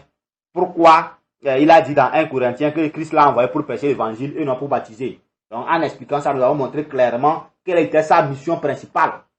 Savoir utiliser la loi et les prophètes pour montrer qui est Jésus-Christ à la terre. Tandis que ceux qui voyageaient avec lui, eux baptisaient. Alors, nous disons qu'Enoch est le tout premier prophète de la terre et non d'Israël. Comprenez très bien tout ce qu'on vient de dire. Nous avons dit que le livre d'Enoch est le tout premier livre de la terre et que Enoch est le tout premier prophète. Donc, il est le tout premier prophète pour toute la terre et non pour Israël. Comprenez très bien, n'est-ce pas? Son livre aussi, c'est le tout premier livre, n'est-ce pas? Puisque avant ce livre, il n'en existait aucun livre. Point de livre, c'est le tout premier livre écrit au 7e siècle, n'est-ce pas? Par le 7e, puisqu'il est le 7e patriarche de la terre, n'est-ce pas? Ou c'est au 7e siècle, ou bien comment on va dire ça, je ne sais pas. Ainsi, toute la terre ne formait qu'un seul peuple, n'est-ce pas? À cette époque-là, tous, ils n'avaient qu'une seule langue. Et c'est dans cette langue que la lettre, comment l'appelle-t-on? Le livre avait été écrit. Donc, toute la terre n'avait qu'une seule langue à ce moment-là. Donc, c'est que toute la terre ne formait qu'un seul peuple. Au moment où Enoch, Mathusalem, Lamech, tout ça ont interagi avec Noé jusqu'à ce que le déluge vienne. C'est à cette période-là que le livre de Enoch a été écrit. Donc, c'est dans cette unique langue que ça a été écrit. Mais, dans la suite, ça a été traduit, n'est-ce pas? Quand les langues ont été créées à la tour de Babel, après le déluge, dans la suite, au fur et à mesure, les livres ont été transmis de Noé à Sem, à Abraham, tout ça là, jusqu'à conserver. Donc, ça a été traduit dans d'autres langues. Donc, en ce temps-là aussi, il n'y avait pas d'Israël. Pas. Là, il n'y avait pas d'Israël en cette époque-là. Zéro. Ou bien, c'est après le déluge que les langues ont été créées. Donc, et nous avons vu ça dans Genèse 10, 11. En ce temps-là, il n'y avait pas d'Israël. Par exemple, nous avons vu dans le second message sur l'ancienne alliance, qu'entre Noé et Abraham, il s'était écoulé environ 2800 ans, n'est-ce pas? On a eu à faire certains décomptes par rapport à les âges que la Bible a donnés. Et entre Abraham et Noé et Abraham, il s'était écoulé environ 2800 ans. Et entre Abraham et la fondation de la nation d'Israël, dans Canaan, nous avons vu qu'il s'était écoulé environ 1000 ans, n'est-ce pas? Tout ça, là, on a eu à faire les décomptes par la Bible elle-même. Maintenant, entre Enoch et Noé, il s'était passé environ 2500 ans, décrit dans Genèse 5. Ainsi donc, entre Enoch et la fondation de la nation d'Israël, la naissance de la nation d'Israël, après la colonisation, tout ça là, il s'était passé environ 6300 ans. D'accord? Il s'était passé environ 6300 ans. En conséquence, Israël n'a rien à voir avec Enoch. Plutôt, eux aussi, ils l'ont comme patriarche. Nous tous, nous l'avons comme patriarche. D'où nous avons dit que Enoch est le tout premier prophète de la terre. Tandis que Moïse est le tout premier prophète d'Israël. N'est-ce pas? À partir de l'Égypte. Parce que c'est à la sortie de l'Égypte que la nation d'Israël a fait fonder. C'est Jacob que Dieu a changé le nom d'Israël. Tout ça, on a décrit dans le 10e message. À quel moment ça s'est passé comme ça? Et pourquoi on dit aujourd'hui enfant d'Israël, enfant d'Israël? Enfant d'Israël, c'est enfant de Jacob. N'est-ce pas? Jacob à qui Dieu avait changé le nom d'Israël. Et c'est ça qui fait la nation d'Israël à l'heure actuelle. Tout ça là, c'était le plan de Dieu. Alors, sachez également que nombreuses prophéties annoncées par Enoch ont été rappelées par Daniel, n'est-ce pas? Dans le livre de Daniel, dans ses visions, Dieu lui a montré encore, quand les choses s'approchaient, ainsi de suite. Daniel a rapporté ça. Et surtout, notre Seigneur aussi, comme on l'a dit, il en a confirmé plusieurs prophéties qui doivent s'accomplir, en y ajoutant d'autres qui précèdent son retour. Et après son retour, ce qui va se passer. Et les apôtres aussi, eux aussi, en ont écrit plein. Et surtout, l'Apocalypse, le livre de l'Apocalypse de Jean, tel qu'on a dit que les prophéties ont commencé par se réaliser. Donc tout ça, là, nous avons décrit ça dans le 8e message des 10, avec plein de détails, plein de preuves, tout ce que chacun a écrit, tout ce que chacun a annoncé. Et donc, nous sommes en train de vivre à l'heure actuelle en plein dedans. Nous sommes en train de vivre toutes ces prophéties. Plein. On est dedans. Tel qu'on a décrit largement jusqu'ici, personne ne peut me dire le contraire. Alors, autre remarque très importante avant de terminer cette introduction au livre d'Enoch, c'est dans ce livre d'Enoch, uniquement parmi tous les livres de l'Ancien Testament de la Bible, peu importe le type de traduction, peu importe quelle Bible vous prenez, c'est uniquement dans le livre d'Enoch que vous allez trouver le mot Messie, qui signifie Christ, tel qu'on vient de le lire dans Luc au-dessus, n'est-ce pas? N'est-ce pas? Il dit, nous avons trouvé le Messie, entre parenthèses, ce qui signifie Christ. Donc, c'est dans ce livre d'Enoch seulement, qu'il a été annoncé qu'il y a le Messie qui vient. Dans tous les Anciens Testaments, dans tous les livres de l'Ancien Testament, peu importe la traduction, vous ne trouverez nulle part le mot Messie. Pas même dans la Torah juive, composée de 5 livres de Moïse, tel qu'on l'a dit précédemment. N'est-ce pas? Les 5 livres de Moïse, Genèse, Exode, Lévitique, Nombre, Deutéronome. Dans ces livres, vous ne trouverez nulle part où on a parlé de Messie. Ça, c'est la loi de Moïse, n'est-ce pas? Lui, il a annoncé le prophète qui est comme moi, il viendra, tout ça là. Hein? C'est dans le livre d'Enoch. C'est Enoch qui a prophétisé que le Messie viendra. Et que les gens vont le repousser. Ils vont le rejeter avec son Dieu. Et c'est ça nous vivons à l'heure actuelle. N'est-ce pas? C'est dans ce livre uniquement. C'est dans ce livre uniquement. Et à la naissance de notre Seigneur Jésus-Christ, tel qu'on l'a lu un peu brièvement en haut, comment l'appelle-t-on? Les Juifs avaient reconnu notre Seigneur Jésus clairement que c'est lui le Christ, n'est-ce pas? Incontestable, quoi. Donc on va lire maintenant ces témoignages-là. On va lire encore certaines parties qui indiquent dans le Nouveau Testament. Et que dans la Bible, les seuls passages dans la Bible qu'on va trouver où on a parlé de Messie, c'est dans le Nouveau Testament. Dans l'Ancien Testament, peu importe la tradition, vous ne trouverez pas le mot Messie. Nulle part. On va lire les passages qui ont parlé de Messie arrivé. Quand le Seigneur Jésus-Christ est arrivé, ils ont dit voici le Messie. Lisons. On a Jean chapitre 1. Pour commencer, Jean chapitre 1, le verset 29 à 51. Où c'est bien dit, le lendemain, il vit Jésus venant à lui et il dit, voici l'agneau de Dieu qui ôte le péché du monde. C'est celui dont j'ai dit, après moi vient un homme qui m'a précédé, car il était avant moi. Quand les gens lisent ça, là, ils comprennent ceci. Il se tombe là précédé. Mais il était avant lui. C'est-à-dire que Jésus-Christ était là avant que Jean-Baptiste ne naisse. Mais bon, qui comprennent ce que ça signifie. Bien, on continue. Puisqu'on a prouvé ça dans, comment l'appelle-t-on? Dans le second message, n'est-ce pas? Sur qui est Jésus-Christ. Où on a lu qu'il est le premier-né de la terre. Il est le premier dans toutes choses, n'est-ce pas? L'image de Dieu. Alors, on continue la lecture. On dit, je ne le connaissais pas, mais c'est afin qu'il fût manifesté à Israël que je suis venu baptiser d'eau. J'ai rendu ce témoignage. J'ai vu l'Esprit descendre du ciel comme une colombe et s'arrêter sur lui. Je ne le connaissais pas, mais celui qui m'a envoyé baptiser d'eau, celui-là m'a dit, celui sur qui tu verras l'Esprit descendre et s'arrêter, c'est celui qui baptise du Saint-Esprit. Et j'ai vu et j'ai rendu témoignage qu'il est le Fils de Dieu. Le lendemain, Jean était encore là avec 2 de ses disciples et ayant regardé Jésus qui passait, il dit, voilà l'agneau de Dieu. Les 2 disciples l'entendirent prononcer ces paroles et ils suivirent Jésus. Jésus se retourna et voyant qu'ils le suivaient, il leur dit, que cherchez-vous? Ils lui répondirent, Rabbi, parenthèse ce qui signifie maître, où demeures-tu? Venez, leur dit-il, et voyez. Ils allèrent et ils virent où il demeurait, et ils restèrent auprès de lui ce jour-là. C'était environ la 10e heure. André, frère de Simon-Pierre, était l'un des 2 qui avait entendu les paroles de Jean et qui avait suivi Jésus. Ce fut lui qui rencontra le premier son frère Simon, et il lui dit, nous avons trouvé le Messie, ce qui signifie Christ. Donc, c'est parenthèse. Ce fut lui qui rencontra le premier son frère Simon, et il lui dit, nous avons trouvé le Messie, entre parenthèses, ce qui signifie Christ. Et il le conduisit vers Jésus. Jésus l'ayant regardé, dit, tu es Simon, fils de Jonas, tu seras appelé Céphas, parenthèse, ce qui signifie Pierre. Le lendemain, Jésus voulut se rendre en Galilée et il rencontra Philippe. Il lui dit, suis-moi. Philippe était de Bethsaïda, de la ville d'André et de Pierre. Philippe rencontra Nathanaël et lui dit, nous avons trouvé celui de qui Moïse a écrit dans la loi et dont les prophètes ont parlé, Jésus de Nazareth, fils de Joseph. Nathanaël lui dit, peut-il venir de Nazareth quelque chose de bon? Philippe lui répondit, viens et vois. Jésus voyant venir à lui Nathanaël dit de lui, voici vraiment un Israélite dans lequel il n'y a point de fraude. D'où me connais-tu? Lui dit Nathanaël.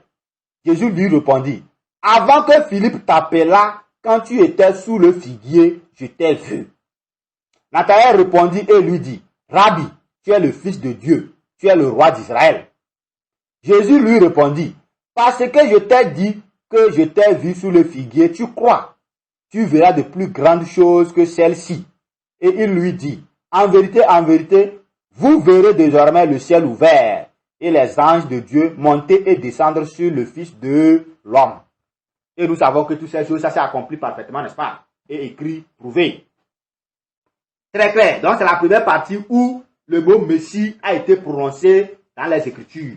Pas tel qu'on vient de le lire, on l'avait lu en haut. C'est pourquoi on avait dit là-bas qu'on va revenir sur ça encore. Donc, quand André a vu, son frère dit, eh bien, nous avons trouvé le Messie, hein. Et l'autre, on lui dit, nous avons trouvé celui de qui la loi et les prophètes ont parlé. Hein. On a trouvé le Messie, le Fils de Dieu. D'accord? Et c'est très clair. Il n'y a pas à contester. Notre Seigneur Jésus-Christ est le Messie. Donc, Israël attend son Messie. Lisez le 8e message et vous verrez celui qu'ils attendent. C'est écrit là-bas. Et la terre devait pleurer même pour ça. Mais vous vous réjouissez, non? Patientez, vous allez comprendre. Alors, continuez la lecture. On va lire encore Jean 4, verset 16 à 44.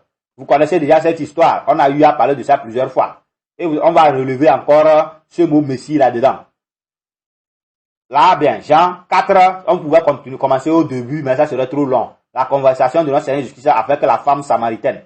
Donc, on va juste couper au milieu, à partir du verset 16 à 44, où il est écrit, « Va, lui dit Jésus, appelle ton mari et viens ici. » La femme répondit, « Je n'ai point de mari. » Jésus lui dit, « Tu as eu raison de dire, je n'ai point de mari, car tu as eu 5 maris, et celui que tu as maintenant n'est pas ton mari. En cela, tu as dit vrai. » Seigneur, lui dit la femme, « Je vois que tu es prophète. Nous pourrons adorer sur cette montagne. Et vous dites, vous, que le lieu où il faut adorer est à Jérusalem. » Femme, lui dit Jésus, « Crois-moi, l'heure vient où ce ne sera ni sur cette montagne, ni à Jérusalem que vous adorerez le Père. Vous adorez ce que vous ne connaissez pas. Nous adorons ce que nous connaissons, car le salut vient des Juifs. Mais l'heure vient, et elle est déjà venue, où les vrais adorateurs adoreront le Père en esprit et en vérité. Car ce sont là les adorateurs que le Père demande. Dieu est esprit, et il faut que ceux qui l'adorent en esprit et en vérité. La femme lui dit, « Je sais que le Messie doit venir, celui qu'on appelle Christ. Quand il sera venu, il nous annoncera toutes choses. » Je lis la phrase. La femme lui dit, « Je sais que le Messie doit venir, celui qu'on appelle Christ. Quand il sera venu, il nous annoncera toutes choses. » Jésus lui dit, « Je le suis, moi qui te parle. » Très clair. Est-ce qu'il y a à ajouter? Il n'y a rien à ajouter. On continue la lecture. Là-dessus arrivèrent ses disciples, qui furent étonnés de ce qu'il parlait avec une femme.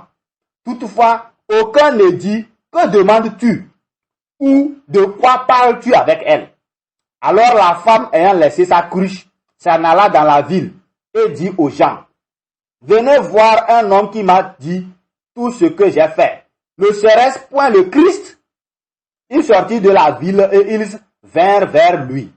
Pendant ce temps, les disciples le pressaient de manger, disant, « Rabbi, mange. » Mais il leur dit, « J'ai à manger une nourriture que vous ne connaissez pas. » Les disciples se disaient donc les uns aux autres, « Quelqu'un lui aurait-il apporté à manger? » Jésus leur dit, « Ma nourriture est de faire la volonté de celui qui m'a envoyé et d'accomplir son œuvre. Ne dites-vous pas qu'il y a encore 4 mois jusqu'à la moisson? Voici, je vous le dis, levez les yeux et regardez les champs qui déjà blanchissent pour la moisson. Celui qui moissonne reçoit un salaire et amasse des fruits pour la vie éternelle, afin que celui qui sème et celui qui moissonne se réjouissent ensemble. Car en ceci, ce qu'on dit est vrai. Autre est celui qui sème et autre celui qui moissonne. Je vous ai envoyé moissonner ce que vous n'avez pas travaillé. D'autres ont travaillé et vous êtes entrés dans leur travail. » Plusieurs Samaritains de cette ville crurent en Jésus à cause de cette déclaration formelle de la femme. « Il m'a dit tout ce que j'ai fait. » Aussi, quand les Samaritains vinrent le trouver, ils le prièrent de rester auprès d'eux. Et il resta là 2 jours. Un beaucoup plus grand nombre crurent à cause de sa parole. Et ils se disaient à la femme, « Ce n'est plus à cause de ce que tu as dit que nous croyons, car nous l'avons entendu nous-mêmes et nous savons qu'il est vraiment le sauveur du monde. Après ces 2 jours, Jésus partit de là pour se rendre en Galilée, car il avait déclaré lui-même qu'un prophète n'est pas honoré dans sa propre patrie. C'est très clair, n'est-ce pas? Est-ce que ça là, j'ai besoin d'interpréter? D'accord? Donc toute la Samarie a reconnu le Messie à travers la loi et les prophètes qu'on les enseignait dans la synagogue, dans la Samarie. N'est-ce pas? Dans les synagogues de Samarie, on les enseignait la loi et les prophètes, n'est-ce pas? Donc la femme, malgré sa vie était bizarre, elle a gardé la parole. Et quand elle a rencontré le Messie, elle a reconnu, elle a crié, hey, j'ai rencontré le Messie. Tous ceux qui sont venus là, ils ont dit, bien, madame, ça va, hein. Nous-mêmes, on l'a écouté, on sait qu'il est vraiment le Messie. Donc, tais-toi là-bas. C'est très clair. Donc, c'est les 2 passages du Nouveau Testament qui nous indiquent le Messie. Et tel que le témoignage est donné, c'est très clair que notre Seigneur Jésus-Christ est le Messie, c'est-à-dire le Christ, le Fils de l'homme. D'où nous disons Jésus-Christ, Jésus le Christ, tel que je l'ai expliqué précédemment dans le message. N'est-ce pas? Donc eux-mêmes l'ont confirmé. Et si quelqu'un conteste, ben tant pis, hein, ça c'est pas mon problème. Donc comme déjà dit, dans l'Ancien Testament, il n'y a nulle part où on a mentionné le Messie, n'est-ce pas? Ce qui signifie Christ. Dans toute la Bible, il n'y en a pas. C'est uniquement dans ce livre d'Enoch, maintenant, qu'on va lire le verset qui nous a annoncé le Messie dans le livre d'Enoch d'avance, le 7e patriarche de la terre. C'est le chapitre 47 du livre d'Enoch. Et dans le chapitre 51, cela a été répété. Donc, on va lire une partie du chapitre 47 et ensuite une partie du chapitre 51, les passages qui contiennent ce nom-là. D'accord? Donc, dans le chapitre 47, il est écrit, ils tomberont en sa présence et ne se relèveront plus. Et il n'y aura personne qui puisse l'arracher de ses mains et le secourir. Car ils ont repoussé le Seigneur des esprits et son Messie. Que le nom du Seigneur des esprits soit béni. Bien. Est-ce que j'ai besoin d'expliquer ça? Tout ça là, j'ai expliqué dans les messages précédents. Si quelqu'un a suivi mes messages, il comprend ce que ça signifie. Car ils ont repoussé le Seigneur des esprits et son Messie. Voilà. Lisons le chapitre 51. Là-bas, il est écrit, après ce temps, dans le lieu même où j'avais vu tant de mystères, je fus enlevé par un tourbillon et emporté vers l'Occident. Là, mes yeux aperçurent les secrets du ciel et ceux de la terre. Une montagne de fer, une montagne d'airain, une montagne d'argent, une montagne d'or, une montagne d'un métal liquide. Enfin, une montagne de plomb. Et j'interrogeai l'ange qui était avec moi, et je lui dis, que signifient ces choses que je viens d'apercevoir? Et l'ange me répondit, toutes ces choses que tu as vues regardent l'empire du Messie et sont un symbole de son règne et de sa puissance sur la terre. Et cet ange de paix me répondit encore, patience encore un peu de temps, et tu verras, et il te sera révélé toutes les choses qu'a décrété la sagesse du Seigneur des esprits. C'est très clair, n'est-ce pas? Donc, tel qu'on vient de lire ici, on dit quoi? Toutes ces choses que tu as vues regardent l'empire du Messie et sont un symbole de son règne et de sa puissance sur la terre. Donc, voilà les 2 passages qui ont annoncé d'avance que le Messie devait venir régner sur la terre avec sa puissance. N'est-ce pas? Et ça a été accompli parfaitement. Nous rendons grâce à Dieu qui nous a conduits maintenant sur le droit chemin. Donc, détournez-vous du mensonge, rejoignez-nous dans le droit chemin. Alors, on continue. Nous situons l'écrit du livre d'Enoch et les récits qu'il renferme entre Genèse 4 et 6, comme on l'avait déjà dit, n'est-ce pas? C'est-à-dire avant le déluge. C'est donc le tout premier livre de la Sainte Bible qui n'a absolument rien à voir avec les traductions, tel qu'on l'a dit, n'est-ce pas? Donc, Enoch nous avait prédit ce qui devait suivre leur époque jusqu'à nous aujourd'hui. C'est également le tout premier livre de la terre, écrit en grande partie par Enoch et une autre partie par Noé d'avant le déluge, dont le récit du déluge nous fut rapporté par Moïse avec des détails de la construction de l'arche, suivi du déluge, ainsi de suite après l'évolution, tel qu'on l'a dit, n'est-ce pas, Genèse 6 à 11. Mais avant le déluge, qu'est-ce qui a provoqué le déluge? Qu'est-ce qui a conduit le déluge? Qu'est-ce qui a fait que le déluge est venu? C'est ça qu'il y a dans le livre d'Enoch. C'est ce qu'on va voir, n'est-ce pas? Donc, Moïse lui a rapporté les événements à partir de Noé jusqu'à déluge, jusqu'à dans Canaan, détruit dans Deutéronome 34. C'est ce que Moïse lui a rapporté. Il est parti de là, du déluge, jusque dans Canaan, décrit dans Deutéronome 34. Après la loi, ils ont reçu la loi à la porte de Canaan, tout ça là. Et Dieu lui a dit, bon, ton temps est terminé, passe commandement à Josué. Et Josué a continué la mission. Et tout ça là avait été montré à Enoch d'avance dans des songes, dans des visions décrites dans son livre. Et comme je l'ai dit, si vous n'avez pas l'esprit, vous pouvez lire, vous n'allez rien comprendre. Ainsi donc, si nous devons rassembler la Bible exactement pour mieux comprendre l'évolution de ce monde, depuis sa création à nos jours en 2023, il faudrait situer exactement les récits du livre d'Enoch au début du chapitre 6, versets 1 à 7 là. C'est là que se situe, c'est à partir de là, c'est-à-dire que ça résumé juste les chapitres 7 au 16 du livre d'Enoch.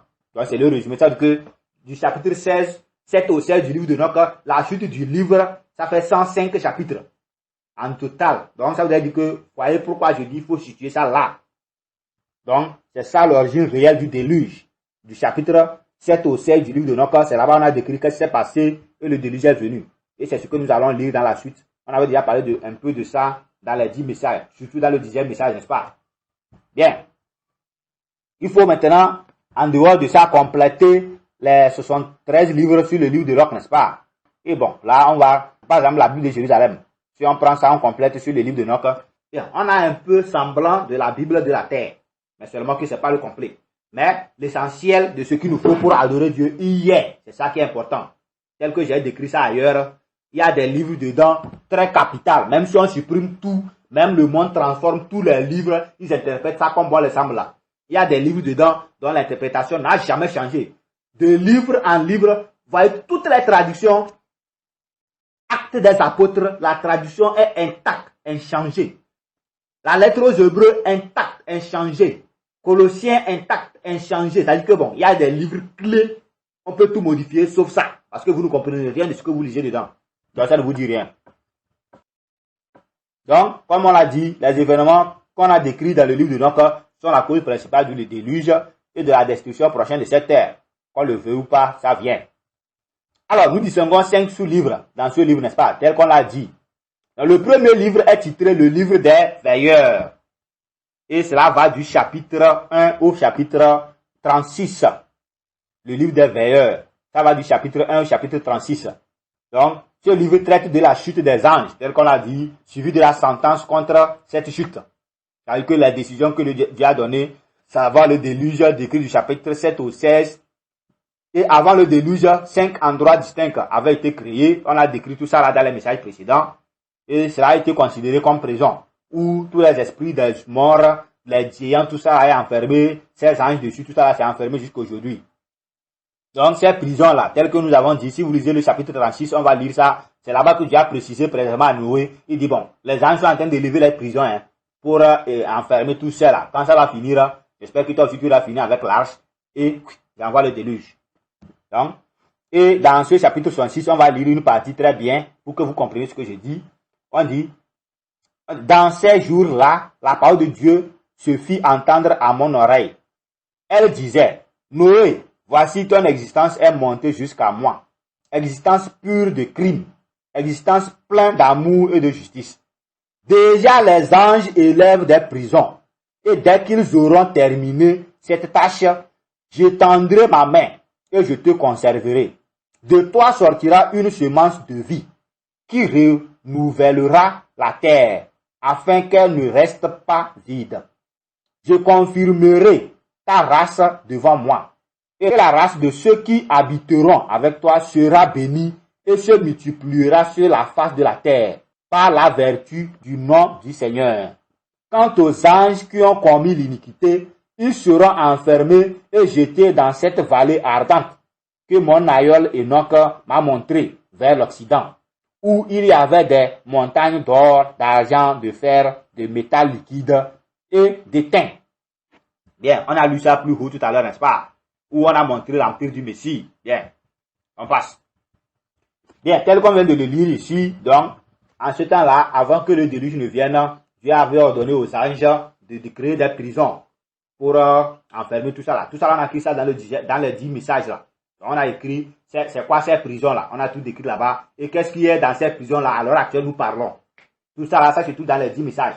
Allez, suivez, et vous allez comprendre. Et vous-même, en mourant là, dans quelle partie de cette prison là vous irez actuellement en attendant la résurrection? J'ai décrit là-bas. Allez, lisez, écoutez. Ainsi, au moment où Noé construisait l'arche, décrit de Genèse 6 et 7 là. Bon, les anges aussi élevaient les prisons, hein, suivant l'ordre de Dieu, tel qu'on vient de le dire, n'est-ce pas, tel qu'on vient de le lire. Donc, pendant que Noé construisait l'arche, que Moïse nous a rapporté de Genèse 6 et 7, les anges aussi, eux aussi construisaient des prisons, telles que Dieu l'a ordonné.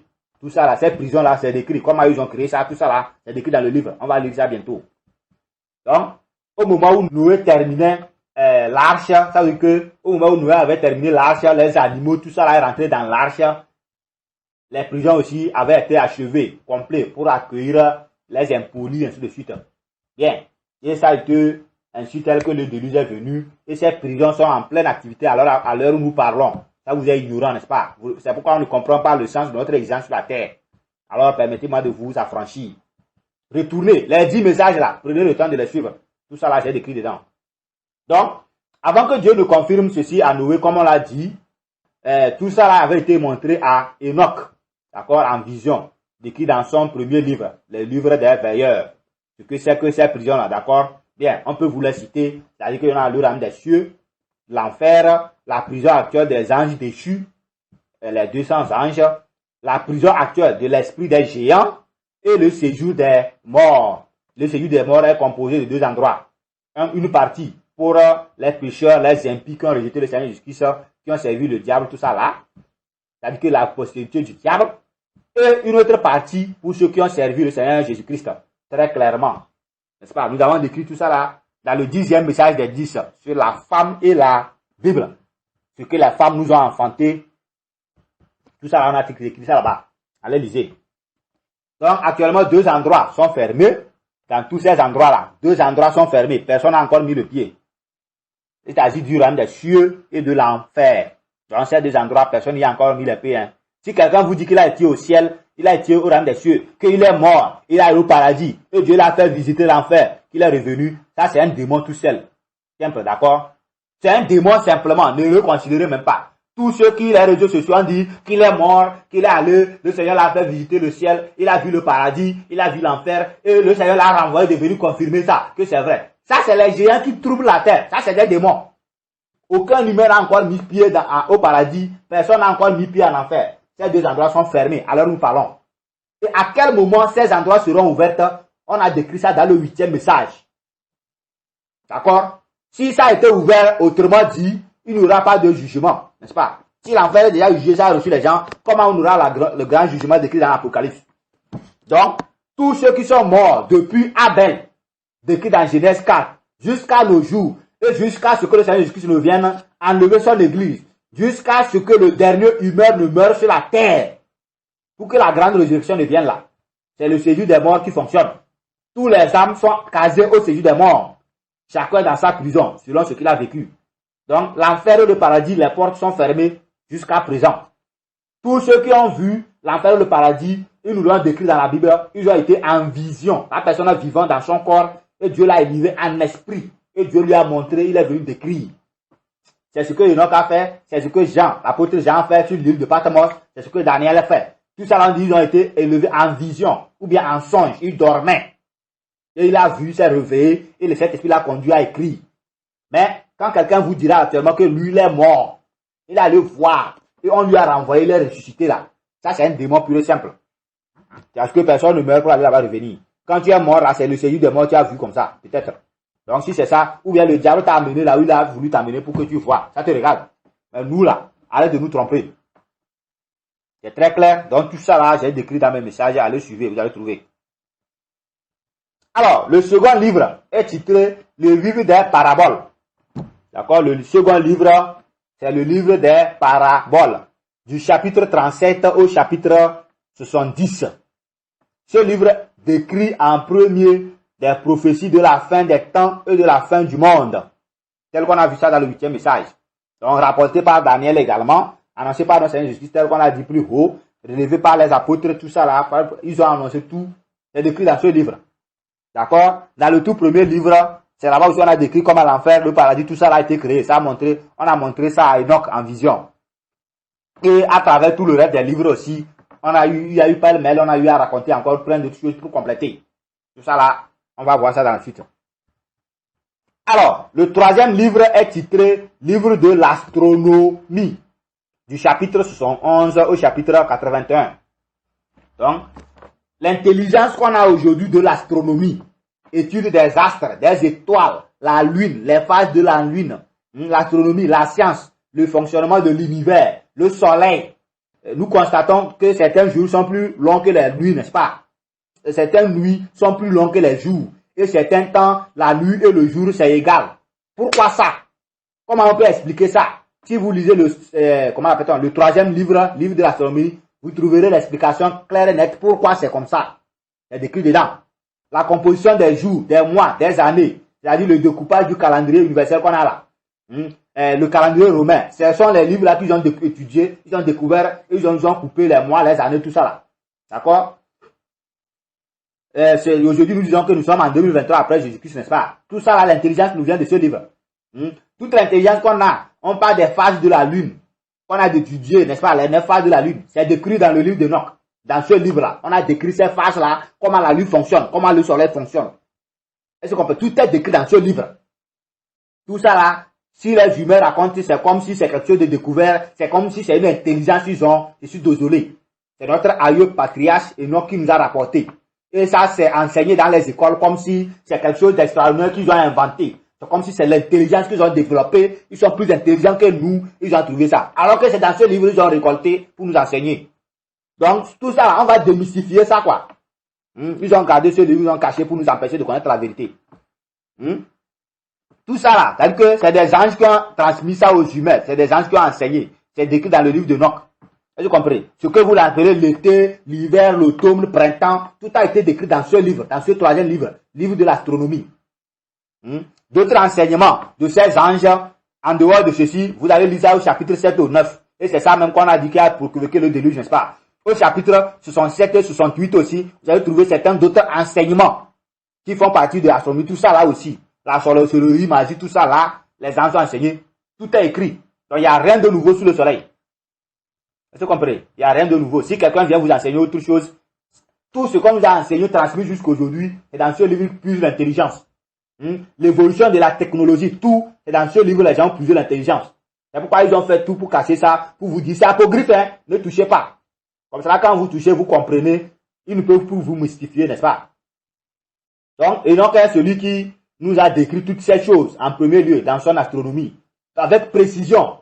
Donc, comme je l'ai dit, tout ce qu'on connaît à l'école tournant autour du ciel, l'astronomie en général, l'astrologie, la science, la technologie, on doit ça à Enoch. On doit ça aux anges qui ont transmis ça aux humains. On va lire ça dans la suite, vous allez découvrir. Alors, le quatrième livre est titré Le livre des songes. Et ça va du chapitre 82 au chapitre 90. Et Dieu a montré en songe à Enoch comment devait arriver le déluge. Et lui a décrit le déluge. C'est-à-dire que comment le déluge devait se passer réellement. Et dans la suite du déluge, jusqu'aux événements suivis, la tour de Babel, Abraham, l'esclavage en Israël, en Égypte, Moïse, réception de la loi de Moïse, la fondation de la nation d'Israël, les événements qui ont suivi jusqu'à nous aujourd'hui là. Ce qu'on a vu dans l'histoire de transition, dans le troisième message des 10 là, tout ça là, l'arrivée de la mission du départ de notre Seigneur, puis tout ça là, ça a été décrit dans le livre des songes. Il a décrit ça là-bas. Donc si quelqu'un prend le temps de lire, il va découvrir tout ça là. Mais seulement, sans le Saint-Esprit, bon, vous allez lire ça comme des histoires. C'est pourquoi je vous appelle toujours à la repentance et à la suite, on verra la suite. D'accord? Donc tout cela, Enoch nous a écrit ça d'avance dans son livre. Alors, le cinquième et dernier livre du livre d'Enoch est titré le livre d'exhortation. Donc, dans les traductions, eux, ils ont mis ça que livre d'exhortation et de malédiction. Mais moi, j'ai renommé ça tout simplement le livre d'exhortation. Parce que quand tu lis ça, ça t'exhorte à fuir le péché. Ça t'exhorte à chercher le Seigneur Jésus pour être sauvé. Donc, ce livre va maintenant du chapitre 91 au chapitre 105. Donc, ça veut dire que c'est là fini le livre d'Enoch. Donc, ce livre traite de la résurrection du Seigneur Jésus-Christ et de la naissance de l'Église, sur comment ça a évolué, actes des apôtres jusqu'à nos jours, et ensuite l'apparition de cette race impie qu'on a à l'heure actuelle. Ces démons, les faux serviteurs, toute cette fausse communauté depuis Constantin jusqu'à nos jours, tout ça là, c'est ça le livre d'exhortation traite. D'accord? Tous ceux qui crient qu'ils sont pauvres pécheurs là, lisez le livre d'exhortation et vous allez comprendre ce qui va vous arriver. Et toi-même, tu auras peur de dire encore je suis pauvre pécheur. Donc tout ça là, Dieu a montré ça d'avance à Enoch.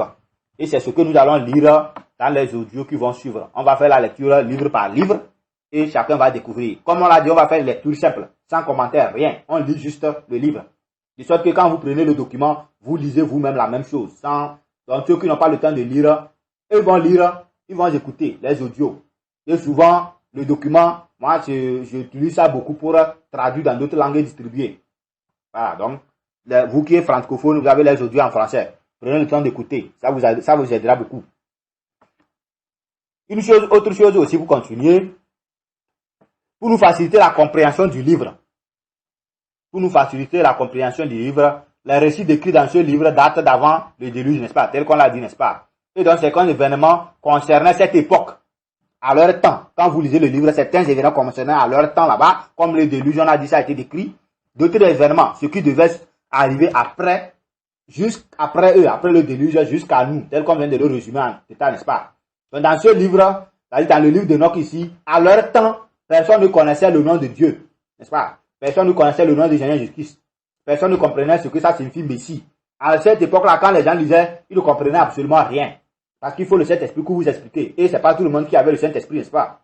C'est pourquoi il y a plein de livres, plein de choses. Quand vous lisez, vous ne comprenez pas. Et les apôtres ont dit, l'apôtre Paul a dit dans le lettre Corinthiens, que quand vous lisez l'Ancien Testament, quand vous lisez le Nouveau Testament, il y a un voile qui est jeté sur vos yeux. Ce voile ne peut être qu'enlevé par le baptême d'eau au nom de Jésus-Christ.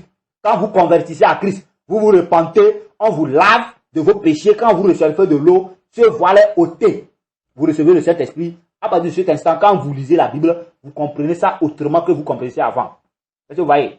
D'où on a dit précédemment que nous qui sommes en Jésus-Christ, on ne le connaît plus comme on le connaissait avant. Ainsi donc, comme le nom du Seigneur Jésus-Christ, le nom de Dieu n'était pas connu en cette époque, comme ça a été révélé plus tard à Moïse, n'est-ce pas? Décrit dans Exode 3, verset 14-15. On a vu ça, n'est-ce pas? Où Dieu a dit clairement qu'il s'appelle Dieu d'Abraham, d'Isaac et de Jacob. Que pour l'éternité, de génération en génération, c'est son nom. Et son nom se compose en Dieu d'Abraham, d'Isaac et de Jacob. Quand tu commences ta prière en prononçant ça, automatiquement, les oreilles de Dieu sont à côté de toi pour t'écouter. Et tu finis la prière par le nom de Jésus-Christ et ta prière est validée. D'accord? Maintenant, quand tu commences, Dieu d'Abraham, d'Isaac et Jacob, je suis pécheur, bien. Cette phrase, je suis pécheur, vient toucher ses oreilles. Parce que ça veut dire que tu as rejeté Jésus-Christ. C'est tout. C'est écrit dans les prophéties. C'est pas moi qui parle. Isaïe 59, lisez, vous allez trouver. Isaïe 43, tout ça là, ils ont prophétisé. Que ça là, ça bouche les oreilles. Isaïe 1, tout ça là, vous allez trouver des prophéties.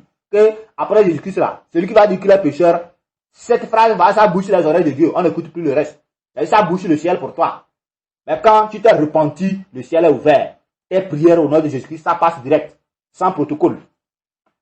C'est très clair. Alors, dans ce livre, lorsque vous lirez, comme nous l'avons dit, le nom de Dieu n'était pas connu à cette époque-là, n'est-ce pas? Alors quand vous lirez, comme on l'a lu plus haut, le Seigneur des esprits, ou le Tout-Puissant, ou le Très-Haut, ou le Saint, ou encore les anges célestes, ou encore le Seigneur des seigneurs, ou encore le Dieu des dieux, ou encore l'ancien des jours.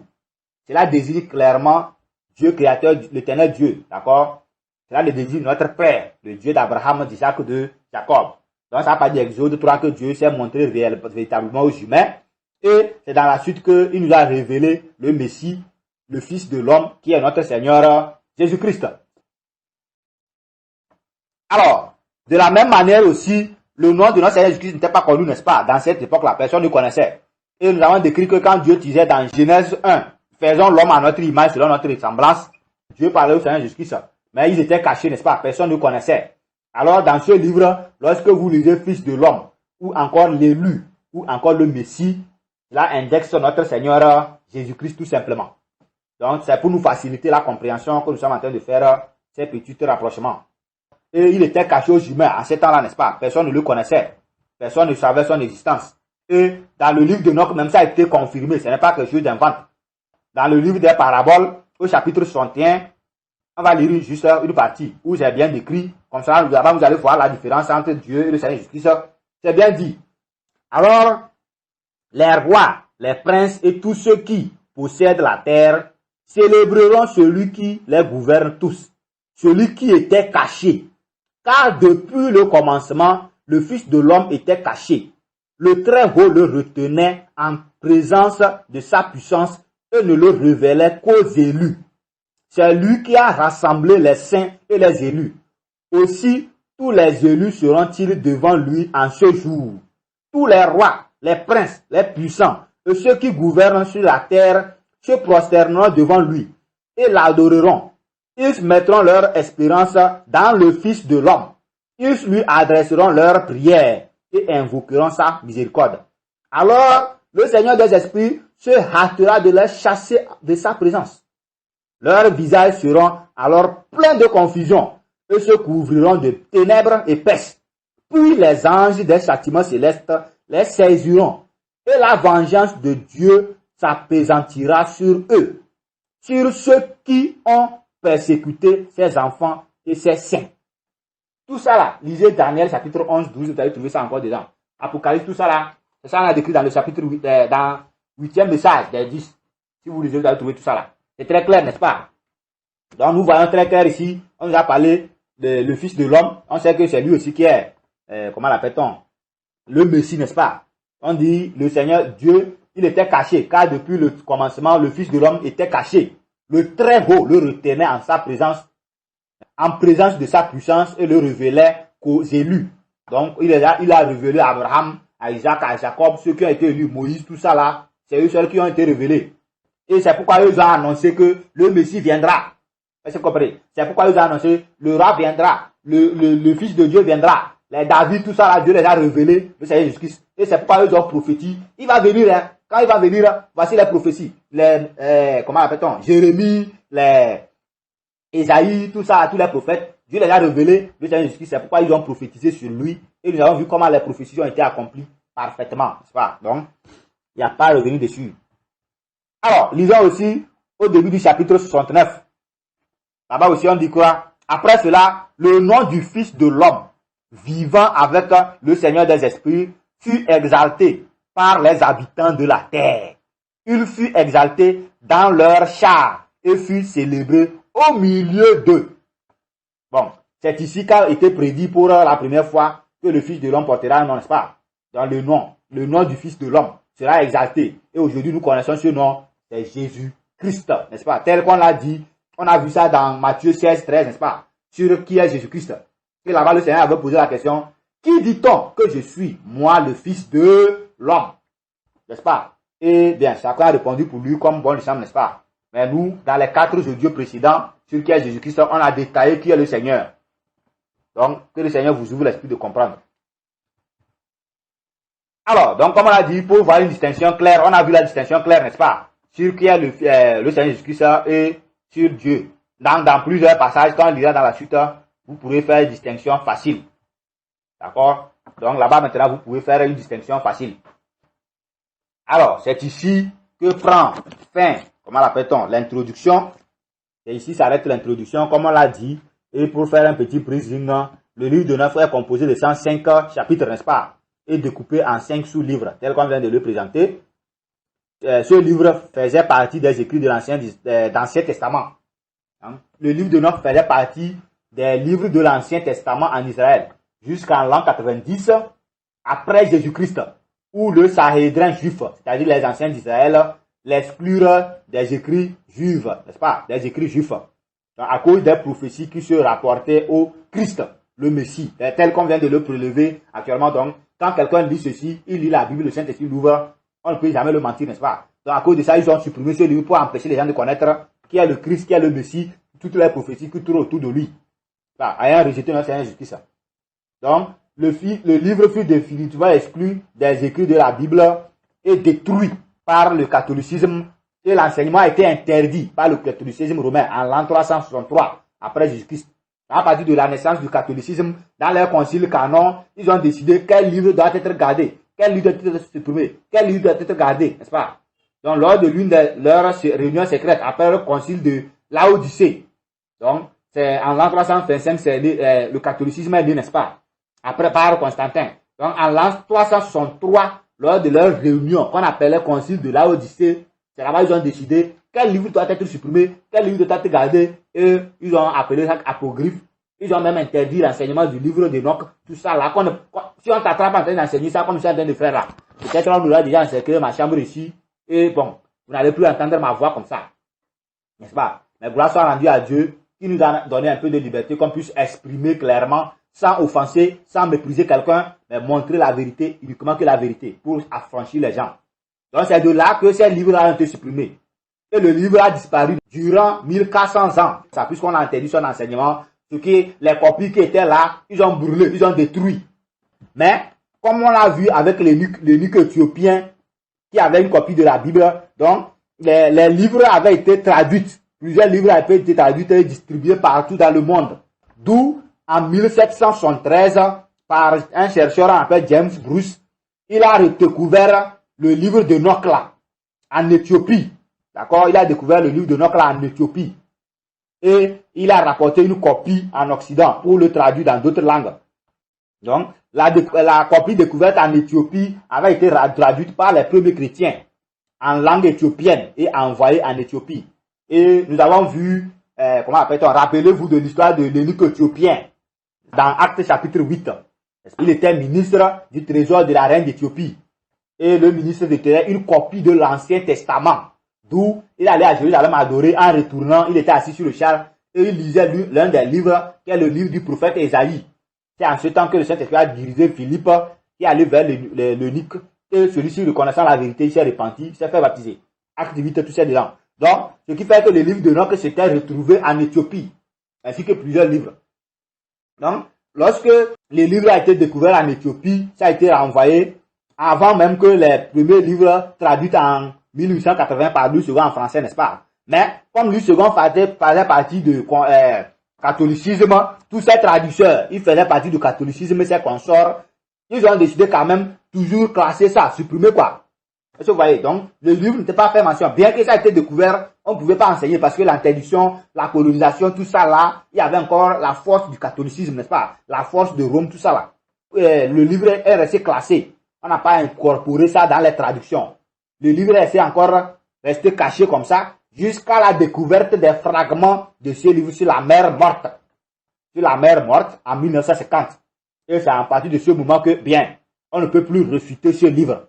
Et surtout, on a découvert les récits de ce que Enoch avait donné là. Par prophète Jude, tel qu'on vient de montrer ça au-dessus. Les rapprochements, quand on a fait rapprochement, on a découvert, ce livre vraiment fait partie. Bien, on ne peut plus le cacher, n'est-ce pas? On ne peut plus le supprimer parce que l'esprit des gens sont éveillés. Et ceux qui ont découvert ça, c'est des grandes personnes. Donc, c'est difficile de les combattre et c'est difficile de pouvoir les empêcher de publier ça. Alors, ça fut qualifié d'apocryphe à partir de ce temps-là. C'est-à-dire que c'est apocryphe, c'est-à-dire que des textes non fondés. Et ainsi, ça a été classé, méconnu aux humains, caché. Alors, Dieu nous fait grâce aujourd'hui en nous révélant ce qui est écrit dedans et en sachant les prophéties qui sont en train d'accomplir, rapportant à ce livre tel que notre frère, notre aïeux, comment l'appelle-t-on? Le prophète Jude nous a dit, voilà pourquoi on a sorti ce livre. On veut vous permettre de connaître la vérité qui est cachée dans ce livre. Donc, on voudrait que vous aussi, tous ceux qui recevront les audios ou bien les documents, prenez le temps qu'il vous faudra liser, méditer, écouter les audios encore et encore et encore et encore. Si vous écoutez une fois, bon, vous avez écouté une histoire, mais réécoutez une deuxième fois, réécoutez une troisième fois, lisez encore et encore et encore le document. Et c'est là que vous commencerez par vous familiariser au document et les choses vont vous commencer par vous veiller en esprit. Et surtout, priez que le Saint-Esprit vous ouvre l'esprit afin que vous puissiez comprendre tout ce qui va avec ce livre. Bien, on va s'arrêter ici sur cette introduction. On va couper ici. Parce que si on veut continuer, ça sera encore trop long. Souvent, je pense faire un petit message, mais bon, à la fin, je me retrouve avec quelque chose de 2 heures, c'est pas grave. Je voudrais juste attirer votre attention sur une chose. Je ne suis pas un bon lecteur. D'accord? Je ne suis pas un bon lecteur. Il y a quelqu'un qui va faire une belle mélodie de lecture qui sera bien mélodieux dans vos oreilles. Donc, peut-être vous allez trouver ma lecture bizarre, à plus forte raison comment j'écris, à comment je parle en désordre. Mais seulement que j'attire votre attention à ne pas regarder mes erreurs de lecture, mais plutôt vous concentrer sur le message véhiculé. D'accord? Au lieu de regarder mes erreurs de lecture, regardez plutôt le message qui est véhiculé. Certainement, j'en aurai plein d'erreurs lors de la lecture. Ça, autre, c'est sûr et certain. Car je ne vais pas lire au goût de tout le monde. Ça ne serait pas mélodieux pour tout le monde. Mais, prêtez attention plutôt au message et non à mes erreurs. Bien que nous avons eu à corriger certaines erreurs dans les documents. Et quand je dis de certaines erreurs, ce n'est pas que c'est erreurs de traduction, mais c'est des erreurs d'orthographe et de grammaire. Voilà, c'est ces choses qu'on a eu à corriger. Et malgré ça, certainement ceux qui vont lire les documents, vous en croiserez encore des erreurs. Vous en croiserez même dans la Bible, dans les 66 livres, même quand vous lisez, il y a des endroits où vous croisez aussi, il y a eu des erreurs de frappe, des erreurs d'orthographe, des erreurs de grammaire, ainsi de suite. Mais, vous êtes habitué à ça et vous ne vous focalisez pas sur ça. C'est pour cela aussi que je vous demande de ne pas vous focaliser sur mes erreurs. Bien que nous avons eu à corriger, mais ceux qui en liront les documents, certainement vous en croiserez encore des erreurs. Donc, ne vous focalisez pas sur ces erreurs plutôt, mais plutôt le message véhiculé. Cherchez à comprendre. Moi, je ne suis pas français. Dans tous mes messages, j'ai toujours dit ça. Dans mes tout premiers messages, ceux qui écoutent, j'ai toujours dit, je ne suis pas français. Je suis Kabyé, Togolais, Kabyé, de la Macoligueur. Donc, si c'est ma langue maternelle que tu me juges, je vais te comprendre. Mais la langue étrangère, je me débrouille pour la parler, pour être conforme à tout le monde, puisqu'elle est devenue la langue universelle, n'est-ce pas? Donc, dans d'autres langues aussi, j'ai traduit, certainement, il y aura des erreurs dans la traduction, en anglais ou autre. Donc, quiconque lit, peu importe la langue, que les erreurs ne soient pas un souci, mais plutôt que la personne se concentre sur le message véhiculé. Que chacun se concentre sur le message véhiculé. Quel est le message que nous voudrions que vous preniez garde? Qu'est-ce que nous voudrions que vous vous familiarisez avec? Par exemple, si quelqu'un a suivi l'introduction jusqu'ici, il comprend qu'il a intérêt à connaître encore davantage qu'est-ce qui est écrit dans le livre d'Enoch. C'est tout ce que je voulais dire. Donc, toutes mes excuses d'avance pour les erreurs de lecture, toutes mes excuses d'avance pour l'erreur d'orthographe, de grammaire, de frappe, tout ça là dans les documents. Toutes nos excuses. Néanmoins, concentrez-vous sur la lecture. Et les vidéos qui sont sur YouTube, en dessous de chaque vidéo, les 6 vidéos de livre d'Enoch, nous allons poster les liens de téléchargement des documents. Donc, s'il arrivait que cet audio, c'est sur YouTube, vous êtes en train de l'écouter, allez en bas, allez en dessous du titre du livre, en dessous d'explications sur le livre, vous allez trouver les liens pour télécharger le document, en anglais, en français et en d'autres langues. Donc, téléchargez le document et lisez vous-même. Comme cela, vous lisez sans erreur, selon vous-même, votre propre compréhension. Sous chaque audio, vous aurez certainement un lien de téléchargement du document et un lien de téléchargement par ricochet des 10 nouveaux messages, des autres messages passés. Donc, vous aurez un lien de téléchargement pour eux. Cliquez, téléchargez ce que vous avez à télécharger et lisez. C'est pourquoi je vous envoie toujours sur ma page YouTube, parce que c'est l'endroit le plus facile pour retrouver ces messages. Il peut arriver que c'est cet audio seul vous avez eu dans le monde entier. Peu importe où vous êtes. Allez sur ma page YouTube, Apôtre Alakizi. Appelez ça en majuscule, Apôtre Alakizi. Dans votre Google ou Google Drive, je ne sais pas quoi. Tapez, vous allez voir le lien, vous cliquez, vous rentrez. Ou bien vous tapez en minuscule youtube.com/apôtre Alakizi. En minuscule, ça vous conduit directement sur ma page, sans autre chose. Et quand vous verrez les playlists livre d'Enoch, vous ouvrez en dessous, vous allez voir le lien de téléchargement de ces documents qui ont été postés sur Google Drive. Et quand vous ouvrez dans les documents, certainement, vous aurez décrit comment faire pour télécharger. Surtout dans les 10 nouveaux messages. Quand vous ouvrez ça, dedans, nous avons eu prendre le temps de décrire comment faire pour télécharger. Regardez juste en haut à droite du document, vous allez voir la flèche de téléchargement. Si c'est sur l'ordinateur, vous cliquez sur ça, vous patientez et le téléchargement s'effectue. Si c'est sur votre Android, vous pouvez peut-être cliquer sur cette flèche et une autre page s'ouvre.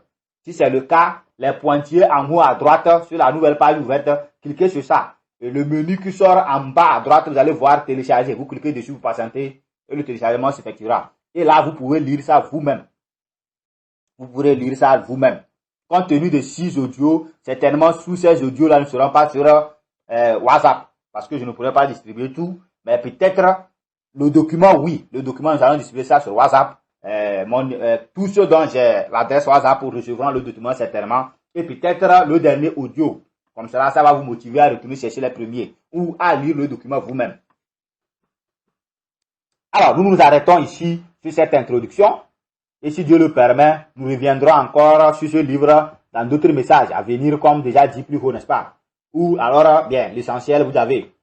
Si Dieu le permet, peut-être dans d'autres messages qui viendront, on avait annoncé certains messages aussi qui doivent venir.